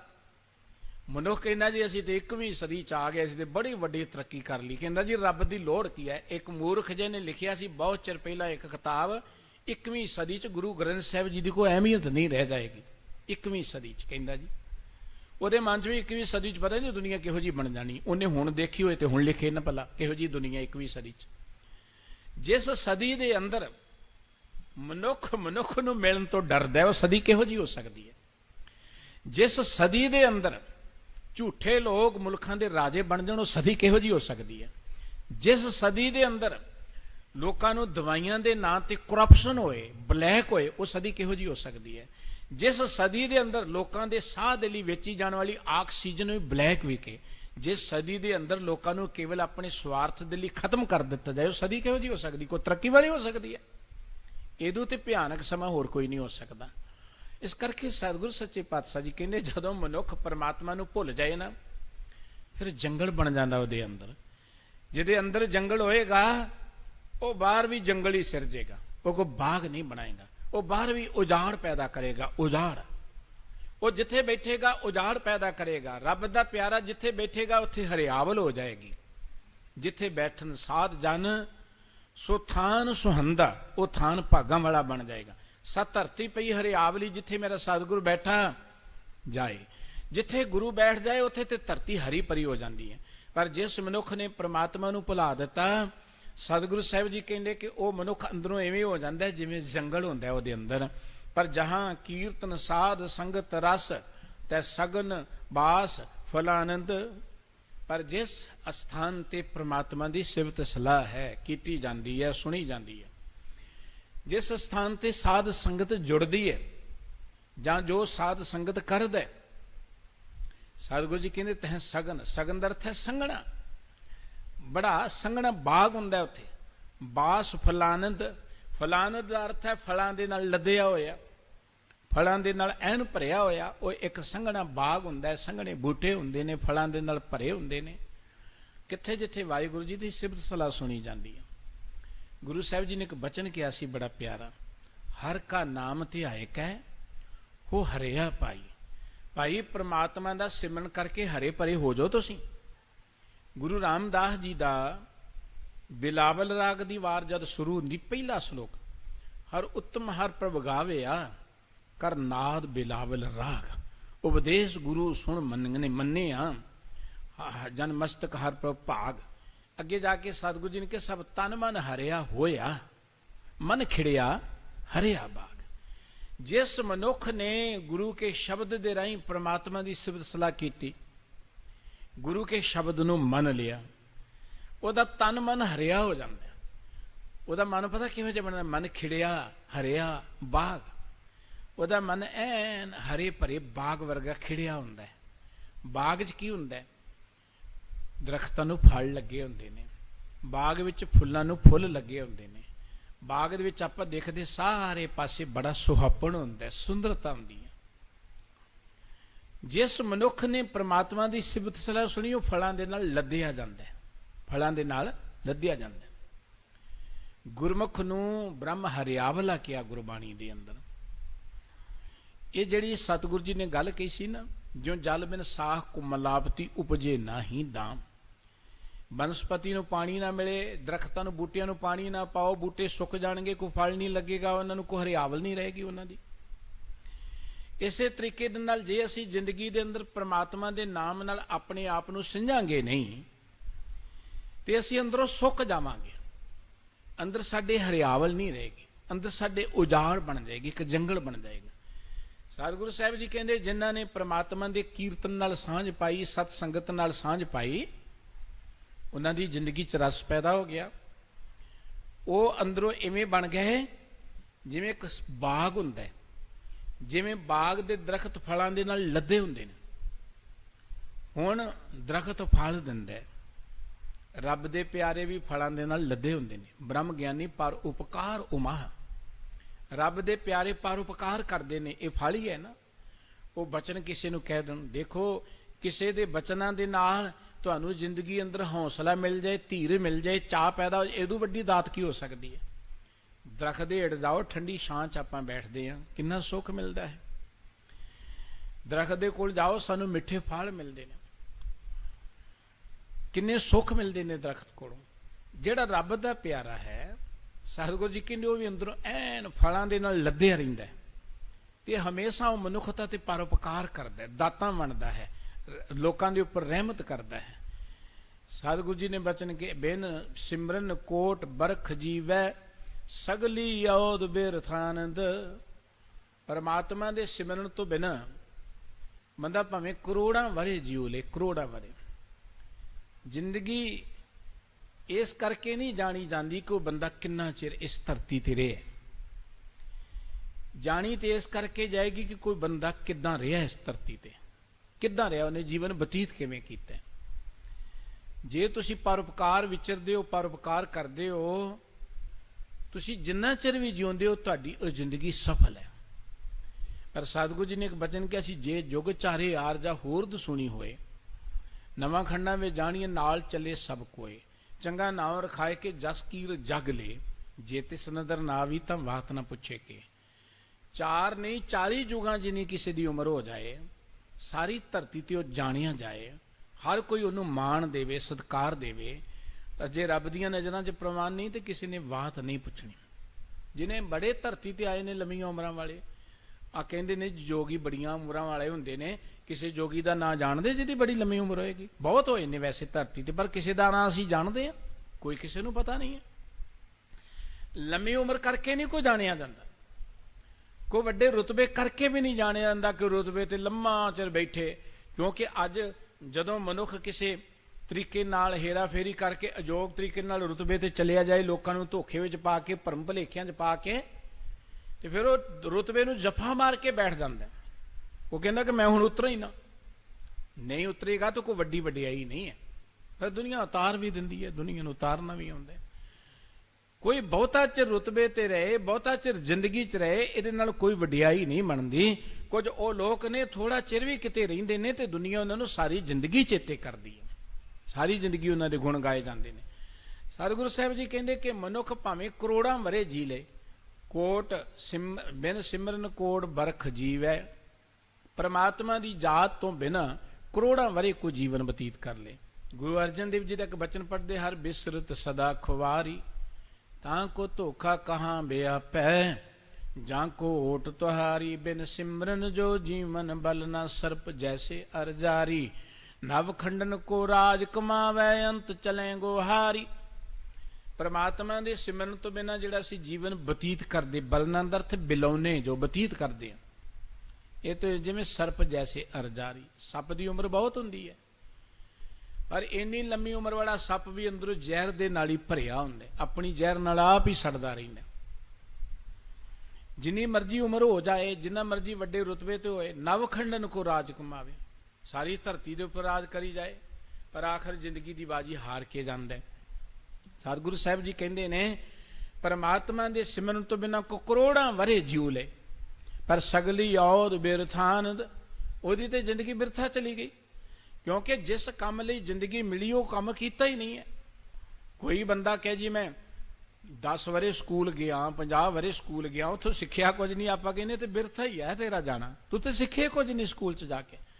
ਕੋਈ ਬੰਦਾ ਧਰਤੀ ਤੇ ਆ ਕੇ ਜਿੰਨੇ ਵਰੇ ਮਰਜ਼ੀ ਜੂਏ, ਜੇ ਉਹਨੇ ਆਪਣੀ ਜ਼ਿੰਦਗੀ ਦੇ ਮਕਸਦ ਨਾਲ ਨਹੀਂ ਜੁੜਿਆ। ਜ਼ਿੰਦਗੀ ਦਾ ਮਕਸਦ ਇਹ ਹੈ, ਪਰਮਾਤਮਾ ਨੇ ਸਾਨੂੰ ਕੁਝ ਕਰਨ ਲਈ ਭੇਜਿਆ ਇੱਥੇ। ਪਰਮਾਤਮਾ ਨੇ ਇਹ ਧਰਤੀ ਬਣਾਈ ਹੈ, ਧਰਤੀ ਦੇ ਉੱਪਰ ਉਸਾਰੀ ਮਨੁੱਖ ਨੇ ਕਰਨੀ ਹੈ, ਉਸਾਰੀ ਮਨੁੱਖ ਨੇ ਕਰਨੀ ਹੈ, ਸਮਾਜ ਦੀ ਸਿਰਜਣਾ ਮਨੁੱਖ ਨੇ ਕਰਨੀ ਹੈ। ਹੁਣ ਅਸੀਂ ਜੇ ਕੀਤਾ ਹੀ ਨਾ ਕੋਈ ਜ਼ਿੰਦਗੀ ਦੇ ਅੰਦਰ, ਸਤਿਗੁਰੂ ਜੀ ਨੇ ਬਚਨ ਕਹੇ ਨੇ, ਉਹ ਪਰਮਾਤਮਾ ਜਿਹੜਾ ਜਿਨੇ ਇਹ ਜਗਤ ਬਣਾਇਆ, ਸੋ ਪ੍ਰਭ ਚਿਤਨਾ ਆਵੀ ਕਿਤੜਾ ਦੁੱਖ ਗਣਾ। ਜਿੰਨਾ ਉਸ ਅਸੀਂ ਪਰਮਾਤਮਾ ਨੂੰ ਭੁਲਾ ਦੇਵੇਂ, ਕਿੰਨੀ ਦੁੱਖ ਦੀ ਗੱਲ ਹੈ। ਤੇ ਸਤਿਗੁਰੂ ਜੀ ਕਹਿੰਦੇ ਜਿੰਨਾ ਅਸੀਂ ਪ੍ਰਮਾਤਮਾ ਨੂੰ ਭੁਲਾ ਦੇਵਾਂਗੇ ਓਨਾ ਹੀ ਸਾਡਾ ਬਿਰਥਾ ਜਨਮ ਜਣਾ, ਸਾਡੀ ਜ਼ਿੰਦਗੀ ਬਿਰਥਾ ਤੁਰੀ ਜਾ ਰਹੀ, ਆਕਾਰ ਤੁਰੀ ਜਾ ਰਹੀ ਹੈ। ਭਾਵੇਂ ਕਰੋੜਾਂ ਵਰਿਆਂ ਦੀ ਕਿਉਂ ਨਾ ਹੋਵੇ। ਏਕ ਨਿਮਖ ਗੋਬਿੰਦ ਭਜਨ ਕਰ ਤਉ ਸਦਾ ਸਦਾ ਜੀਵਾਨੰਦ। ਕੋਈ ਬੰਦਾ ਇੱਕ ਨਿਮਖ ਭਾਰ ਸਮੇਂ ਲਈ ਵੀ ਪ੍ਰਮਾਤਮਾ ਦੇ ਪਿਆਰ ਵਿੱਚ ਜੁੜ ਜਾਏ। ਇੱਕ ਨਿਮਖ, ਨਿਮਖ ਦਾ ਅਰਥ ਹੁੰਦਾ ਅੱਖ ਝਮਕਣ ਜਿੰਨਾ ਸਮਾਂ। ਆਪਾਂ ਕਿੰਨਾ ਕੁ ਚਿਰ ਲਾਉਂਦੇ ਅੱਖ ਝਮਕਣ ਵਿੱਚ? ਅੱਖ ਦੇ ਫੋਰ ਜਿੰਨਾ ਸਮਾਂ। ਕੋਈ ਇੰਨੇ ਸਮੇਂ ਲਈ ਵੀ ਪ੍ਰਮਾਤਮਾ ਨੂੰ ਚੇਤੇ ਕਰ ਲਏ, ਪ੍ਰਮਾਤਮਾ ਦੇ ਪਿਆਰ ਜੁੜ ਜਾਏ, ਸਤਿਗੁਰੂ ਜੀ ਕਹਿੰਦੇ ਉਹ ਸਦਾ ਲਈ ਜਿਉਂਦਾ ਹੋ ਜਾਂਦਾ ਹੈ। ਇੰਨੇ ਸਮੇਂ ਲਈ ਚੇਤੇ ਕਰਨ ਦਾ ਅਰਥ ਹੈ ਕਿ ਸਾਡਾ ਚਿੱਤ ਜੁੜ ਜਾਏ। ਮੁੱਖ ਨਾਲ ਤੇ ਚੇਤੇ ਕਰਦੇ ਆ, ਭਾਗਾਂ ਵਾਲੇ ਨੇ ਸਾਰੇ ਜਿਹੜੇ ਚੇਤੇ ਕਰਦੇ ਨੇ। ਗੁਰਬਾਣੀ ਕਹਿੰਦੀ ਏਕ ਚਿੱਤ ਜਿਨ ਇੱਕ ਛਿਨ ਧਿਆਇਓ, ਕਾਲ ਫਾਸ ਕੇ ਬੀਚ ਨਾ ਆਇਓ। ਇੱਕ ਛਿਨ, ਜਦੋਂ ਵੀ ਅਸੀਂ ਜੁੜ ਜਾਵਾਂਗੇ। ਦੇਖੋ ਜਦੋਂ ਵੀ ਜ਼ਿੰਦਗੀ 'ਚ ਕੋਈ ਘਟਨਾ ਵਾਪਰਦੀ ਹੈ ਨਾ, ਉਹ ਇੱਕ ਛਿਨ 'ਚ ਵਾਪਰਦੀ ਹੈ। ਬੰਦਾ ਕਿੰਨੇ ਸਾਲ ਜਿਉਇਆ, ਕੋਈ 50 ਸਾਲ, ਕੋਈ 100 ਸਾਲ, ਜਿੰਨੇ ਸਾਲ ਵੀ, ਪਰ ਜਦੋਂ ਮਰਦਾ ਹੈ ਉਦੋਂ ਤੇ ਇੱਕ ਛਿਨ ਹੀ ਲੱਗਦਾ ਨਾ। ਆਪਾਂ ਕਹਿੰਦੇ ਹੁਣੇ ਠੀਕ ਸੀ ਅਜੇ, ਆ ਦੇਖਦਿਆਂ ਦੇਖਦਿਆਂ ਨਿਕਲ ਗਿਆ ਸਾਡੇ ਹੱਥਾਂ 'ਚੋਂ। ਮਰਨ ਲਈ ਇੱਕ ਛਿਨ ਲੱਗਦਾ ਹੈ। ਇਹ ਗੱਲ ਵੱਖਰੀ ਹੈ ਕਿ ਮਰਨ ਦੀ ਤਿਆਰੀ ਕਿੰਨੀ ਅਸੀਂ ਕੀਤੀ ਹੈ। ਕੋਈ 50 ਵਰੇ, ਕੋਈ 100 ਵਰੇ, ਕੋਈ 60 ਵਰੇ। ਮਰਨ ਲਈ ਇੱਕ ਛਿਨ ਲੱਗਦਾ। ਬੱਚੇ ਦਾ ਜਨਮ ਜਿਹੜਾ ਉਹ ਵੀ ਇੱਕ ਛਿਨ 'ਚ ਹੀ ਹੁੰਦਾ ਹੈ। ਇਹ ਠੀਕ ਹੈ ਕਿ ਮਾਤਾ ਕੇ ਉਦਰ 'ਚ 9 ਮਹੀਨੇ ਉਹਦੀ ਸਰੀਰਕ ਉਸਾਰੀ ਹੁੰਦੀ ਹੈ, ਪਰ ਜਨਮ ਤਾਂ ਇੱਕ ਛਿਨ 'ਚ ਹੀ ਹੋ ਜਾਂਦਾ ਹੈ। ਮਨੁੱਖ ਨੂੰ ਗਿਆਨ ਜਿਹੜਾ ਹੋਣਾ ਉਹ ਇੱਕ ਛਿਨ 'ਚ ਹੀ ਹੋਣਾ, ਇੱਕ ਛਿਨ ਵਿੱਚ। ਸਾਧਨਾ ਕਿਸੇ ਦੀ ਕਿੰਨੀ ਹੈ, ਕਿੰਨਾ ਲੰਮਾ ਹੈ, ਜਾਂ ਘਾਲਣਾ ਕੋ ਕਿੰਨੀ ਘਰ ਹੈ, ਗੱਲ ਵੱਖਰੀ ਹੈ। ਪਰ ਜਦੋਂ ਗਿਆਨ ਹੋਣਾ ਹੈ ਨਾ, ਉਹ ਕੋ ਵਰੇ ਨਹੀਂ ਲੱਗਣੇ, ਇੱਕ ਛਿਨ ਦੇ ਅੰਦਰ ਘਟਨਾ ਵਾਪਰ ਜਾਂਦੀ ਹੈ। ਸਤਿਗੁਰੂ ਸਾਹਿਬ ਜੀ ਕਹਿੰਦੇ ਜਦੋਂ ਕੋਈ ਇੱਕ ਛਿਨ ਲਈ ਵੀ ਪ੍ਰਮਾਤਮਾ ਦੇ ਪਿਆਰ ਜੁੜ ਗਿਆ। ਅਸੀਂ ਜਦੋਂ ਸਵਿਚ ਔਨ ਕਰਦੇ ਨਾ, ਸਵਿਚ ਔਨ, ਜਿਸ ਵੇਲੇ ਔਨ ਹੋਇਆ ਉਦੋਂ ਹੀ ਲਾਈਟ ਹੋ ਜਾਂਦੀ ਹੈ। ਜਦੋਂ ਸਾਡੀ ਸੁਰਤ ਪ੍ਰਮਾਤਮਾ ਨਾਲ ਅਟੈਚ ਹੋ ਗਈ, ਜਦੋਂ ਸਾਡਾ ਚਿੱਤ ਪ੍ਰਮਾਤਮਾ ਦੇ ਪਿਆਰ ਜੁੜ ਗਿਆ, ਉਸ ਵੇਲੇ ਸਾਡੀ ਜ਼ਿੰਦਗੀ 'ਚ ਕ੍ਰਾਂਤੀ ਆ ਜਾਏਗੀ, ਜੀਵਨ ਬਦਲ ਜਾਏਗਾ, ਸਾਡੀ ਜ਼ਿੰਦਗੀ ਚਾਨਣ ਹੋ ਜਾਏਗਾ। ਸਤਿਗੁਰੂ ਸਾਹਿਬ ਜੀ ਕਹਿੰਦੇ ਕੋ ਇੱਕ ਨਿਮਖ ਵੀ ਆ ਜਿਹੜਾ ਅਸੀਂ ਗੁਰੂ ਕੀ ਹਜ਼ੂਰੀ ਚਾਹੁੰਦੇ ਹਾਂ, ਰੋਜ਼ ਸਿਮਰਨ ਕਰਦੇ ਹਾਂ, ਰੋਜ਼ ਬਾਣੀ ਪੜ੍ਹਦੇ ਹਾਂ, ਰੋਜ਼ ਸੇਵਾ ਕਰਦੇ ਹਾਂ, ਇਹ ਸਾਡੀ ਤਿਆਰੀ ਹੈ, ਇਹ ਸਾਡੀ ਸਾਧਨਾ ਹੈ, ਇਹ ਸਾਡੀ ਘਾਲਣ ਹੈ। ਅਸੀਂ ਰੋਜ਼ ਸੰਗਤ ਵਿੱਚ ਆਉਂਦੇ ਹਾਂ ਕਿ ਅਸੀਂ ਜੁੜ ਸਕੀਏ ਪ੍ਰਮਾਤਮਾ ਦੇ ਪਿਆਰ 'ਚ। ਇਹ ਜੁੜਨ ਦਾ ਅਭਿਆਸ ਕਰਨ ਲਈ ਆਉਂਦੇ ਹਾਂ ਆਪਾਂ। ਰੋਜ਼ ਜੇ ਆਪਾਂ ਬਾਣੀ ਪੜ੍ਹਦੇ ਹਾਂ ਜਾਂ ਸਿਮਰਨ ਕਰਦੇ ਹਾਂ, ਉਹ ਇੱਕ ਜੁੜਨ ਦਾ ਅਭਿਆਸ ਕਰਦੇ ਕਿ ਕਦੀ ਤੇ ਸਾਡੀ ਸੁਰਤ ਜੁੜਦਾ ਹੈ। ਜਿਸ ਵੇਲੇ ਜੁੜ ਗਈ, ਏਕ ਚਿੱਤ ਜੇ ਇੱਕ ਛਿਨ ਧਿਆਇਓ, ਕਾਲ ਫਾਸ ਕੇ ਬੀਚ ਨਾ ਆਇਓ, ਉਹਦੀ ਕਾਲ ਦੀ ਫਾਹੀ ਕੱਟੀ ਜਾਂਦੀ ਹੈ। ਸਤਿਗੁਰੂ ਸਾਹਿਬ ਜੀ ਕਹਿੰਦੇ ਜਿਸ ਮਨੁੱਖ ਨੇ ਇੱਕ ਨਿਮਖ ਭਰ ਸਮੇਂ ਲਈ ਵੀ ਉਸ ਗੋਬਿੰਦ ਨੂੰ ਯਾਦ ਕਰ ਲਿਆ, ਤਾਂ ਸਦਾ ਸਦਾ ਜੀਵਾਨਤ, ਉਹ ਸਦਾ ਲਈ ਜਿਉਂਦਾ ਹੋ ਜਾਂਦਾ ਹੈ। ਉਹਨੂੰ ਫਿਰ ਇੱਕ ਸਦ ਜੀਵਨ ਪ੍ਰਾਪਤ ਹੋ ਜਾਂਦਾ ਹੈ, ਉਹ ਅਮਰ ਹੋ ਜਾਂਦਾ ਹੈ। ਉਹਦੀ ਜ਼ਿੰਦਗੀ 'ਚੋਂ ਮੌਤ ਨਾਂ ਦੀ ਚੀਜ਼ ਹੀ ਖਤਮ ਹੋ ਜਾਂਦੀ ਹੈ। ਸਰਨ ਸਰਨ ਸਰਨ ਪ੍ਰਭ ਪਾਵਉ, ਦੀਜੈ ਸਾਧ ਸੰਗਤ ਕਿਰਪਾਨੰਦ। ਗੁਰੂ ਸਾਹਿਬ ਜੀ ਨੇ ਵਿਚਾਰ ਇੱਥੋਂ ਸ਼ੁਰੂ ਕੀਤੀ ਸੀ ਕਿ ਮੇਰੇ ਮਨ ਬਾਸਿਬੋ ਗੁਰੂ ਗੋਬਿੰਦ। ਭਾਈ ਮੇਰੇ ਮਨ ਅੰਦਰ ਉਹ ਸਭ ਤੋਂ ਵੱਡਾ ਗੋਬਿੰਦ ਪਰਮਾਤਮਾ ਵਸ ਗਿਆ ਹੈ, ਕਿ ਉਹਦੇ ਵਸਣ ਕਰਕੇ ਮੇਰੀ ਜ਼ਿੰਦਗੀ 'ਚ ਸੁੱਖ, ਆਨੰਦ, ਖੇੜੇ, ਚਾਉ ਪੈਦਾ ਹੋ ਗਿਆ।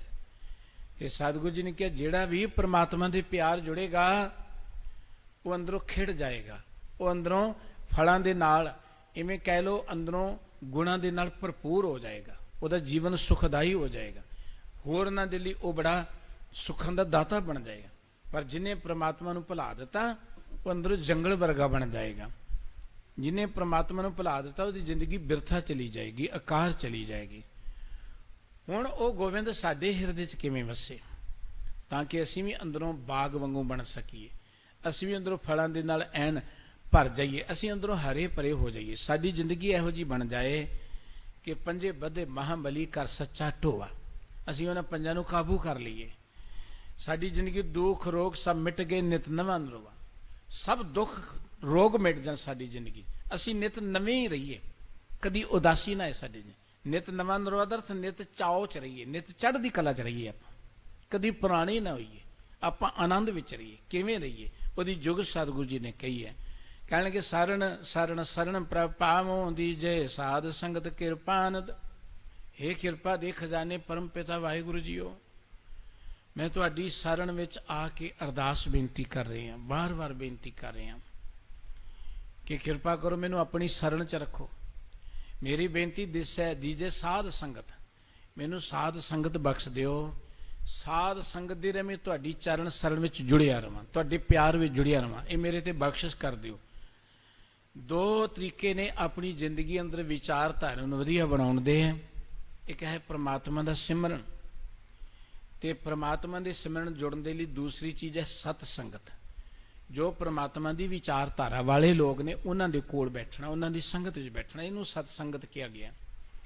ਸਾਹਿਬ ਜੀ ਕਹਿੰਦੇ ਵਾਹਿਗੁਰੂ ਜੀ ਮੇਰੇ ਤੇ ਬਖਸ਼ਿਸ਼ ਕਰੋ, ਮੈਨੂੰ ਆਪਣੀ ਸ਼ਰਨ 'ਚ ਰੱਖੋ, ਮੈਨੂੰ ਸਤ ਸੰਗਤ ਦੀ ਦਾਤ ਦੇ ਦਿਓ। ਨਾਨਕ ਪੂਰ ਰਹਿਓ ਹੈ ਸਰਬ ਮੈਂ, ਸਗਲ ਗੁਣਾ ਬਿਦ ਜਾਣਦ। ਧੰਨ ਗੁਰੂ ਨਾਨਕ ਅਰਜਨ ਦੇਵ ਜੀ ਮਹਾਰਾਜ ਕਹਿੰਦੇ ਕਿ ਪ੍ਰਮਾਤਮਾ ਸਾਰਿਆਂ 'ਚ ਬੈਠਾ ਹੋਇਆ, ਉਹ ਪ੍ਰਮਾਤਮਾ ਸਰਬ ਵਿਆਪਕ ਹੈ। ਤੇ ਪ੍ਰਮਾਤਮਾ ਇਹ ਗੱਲ ਚੰਗੀ ਤਰ੍ਹਾਂ ਜਾਣਦਾ ਹੈ। ਪ੍ਰਮਾਤਮਾ ਨੂੰ ਇਸ ਵਿਧੀ ਦਾ ਚੰਗੀ ਤਰ੍ਹਾਂ ਗਿਆਨ ਹੈ ਕਿ ਕਿਸੇ ਮਨੁੱਖ ਨੂੰ ਗੁਣ ਕਿਵੇਂ ਦੇਣੇ ਨੇ। ਇਹ ਪ੍ਰਮਾਤਮਾ ਦੇ ਹੱਥ 'ਚ ਹੈ।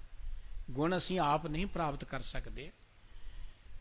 ਆਪਾਂ ਕਈ ਵਾਰ ਕਹਿੰਦੇ ਕਿ ਫਲਾਣਾ ਬੰਦਾ ਬੜਾ ਔਗੁਣਾਂ ਵਾਲਾ ਹੈ, ਉਹ ਸੁਧਰ ਨਹੀਂ ਸਕਦਾ, ਪਰ ਪ੍ਰਮਾਤਮਾ ਨੂੰ ਪਤਾ ਹੈ ਕਿ ਔਗੁਣਾਂ ਵਾਲੇ ਨੂੰ ਗੁਣਾਂ ਵਾਲੇ ਕਿਵੇਂ ਬਣਾਉਣਾ ਹੈ।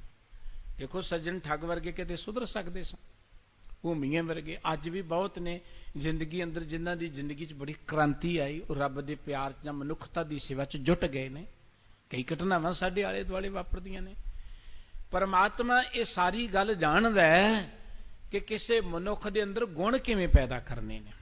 ਸਤਿਗੁਰੂ ਜੀ ਨੇ ਬਚਨ ਕਹੇ ਨੇ ਕਿ ਸਗਲ ਗੁਣਾ ਵਿਦ ਜਾਣਤ। ਵਿਦ ਮੈਨਾ ਵਿਧੀ, ਤਰੀਕਾ। ਸਾਰੇ ਗੁਣਾਂ ਦੀ ਵਿਧੀ ਨੂੰ ਪਰਮਾਤਮਾ ਜਾਣਦਾ ਹੈ ਕਿ ਕਿਸੇ ਮਨੁੱਖ ਨੂੰ ਗੁਣਵਾਨ ਕਿਵੇਂ ਬਣਾਉਣਾ ਹੈ। ਇਸ ਕਰਕੇ ਸਤਿਗੁਰੂ ਜੀ ਕਹਿੰਦੇ ਸਾਨੂੰ ਤੇ ਉਸ ਪਰਮਾਤਮਾ ਦੇ ਅੱਗੇ ਹੀ ਅਰਦਾਸ ਕਰਨੀ ਚਾਹੀਦੀ ਹੈ, ਤੇ ਅਰਦਾਸ ਕਰਦਿਆਂ ਸਾਨੂੰ ਇੱਕ ਜਾਚਨਾ ਕਰਨੀ ਚਾਹੀਦੀ ਹੈ ਕਿ ਦੀਜੇ ਸਾਧ ਸੰਗਤ ਕਿਰਪਾਨੰਦ, ਸਾਨੂੰ ਸਾਧ ਸੰਗਤ ਦੇ ਦਿਓ। ਸਤਿਪੁਰਖਾਂ ਦੇ ਕੋਲ ਬੈਠਣ ਦਾ ਸਾਨੂੰ ਸੁਭਾਗ ਪ੍ਰਾਪਤ ਹੋ ਜਾਏ, ਕਿਉਂਕਿ ਉਹਨਾਂ ਕੋਲ ਬੈਠ ਕੇ ਤਿਨਾ ਦੇਖ ਮਨ ਚਾਓ ਠੰਡਾ ਹੋਂ ਕਦ ਭਾਈ ਗੁਣ ਤਾਸਾ। ਉਹਨਾਂ ਵੱਲ ਦੇਖ ਕੇ ਸਾਡੇ ਅੰਦਰ ਵੀ ਚਾਓ ਪੈਦਾ ਹੋ ਜਾਏਗਾ। ਸਤ ਸੰਗਤ ਵਿੱਚ ਜਿਹੜੇ ਵਾਹਿਗੁਰੂ ਜੀ ਦੇ ਪਿਆਰ 'ਚ ਗੁਰੂ ਕੀ ਬਾਣੀ ਅਨੁਸਾਰ ਜੀਵਨ ਬਤੀਤ ਕਰ ਰਹੇ ਨੇ, ਉਹਨਾਂ ਕੋਲ ਬੈਠ ਕੇ ਸਾਡੀ ਵਿਚਾਰ ਵੀ ਉਹੋ ਜਿਹੀ ਬਣ ਜਾਏਗੀ। ਸੰਗਤ ਦਾ ਮਨੁੱਖ ਤੇ ਅਸਰ ਹੁੰਦਾ, ਔਰ ਸਾਨੂੰ ਸਾਡੇ ਸਤਿਗੁਰੂ ਜੀ ਨੇ ਸਤ ਸੰਗਤ ਦੀ ਦਾਤ ਵੱਡੇ ਪੱਧਰ ਤੇ ਦਿੱਤੀ ਹੈ।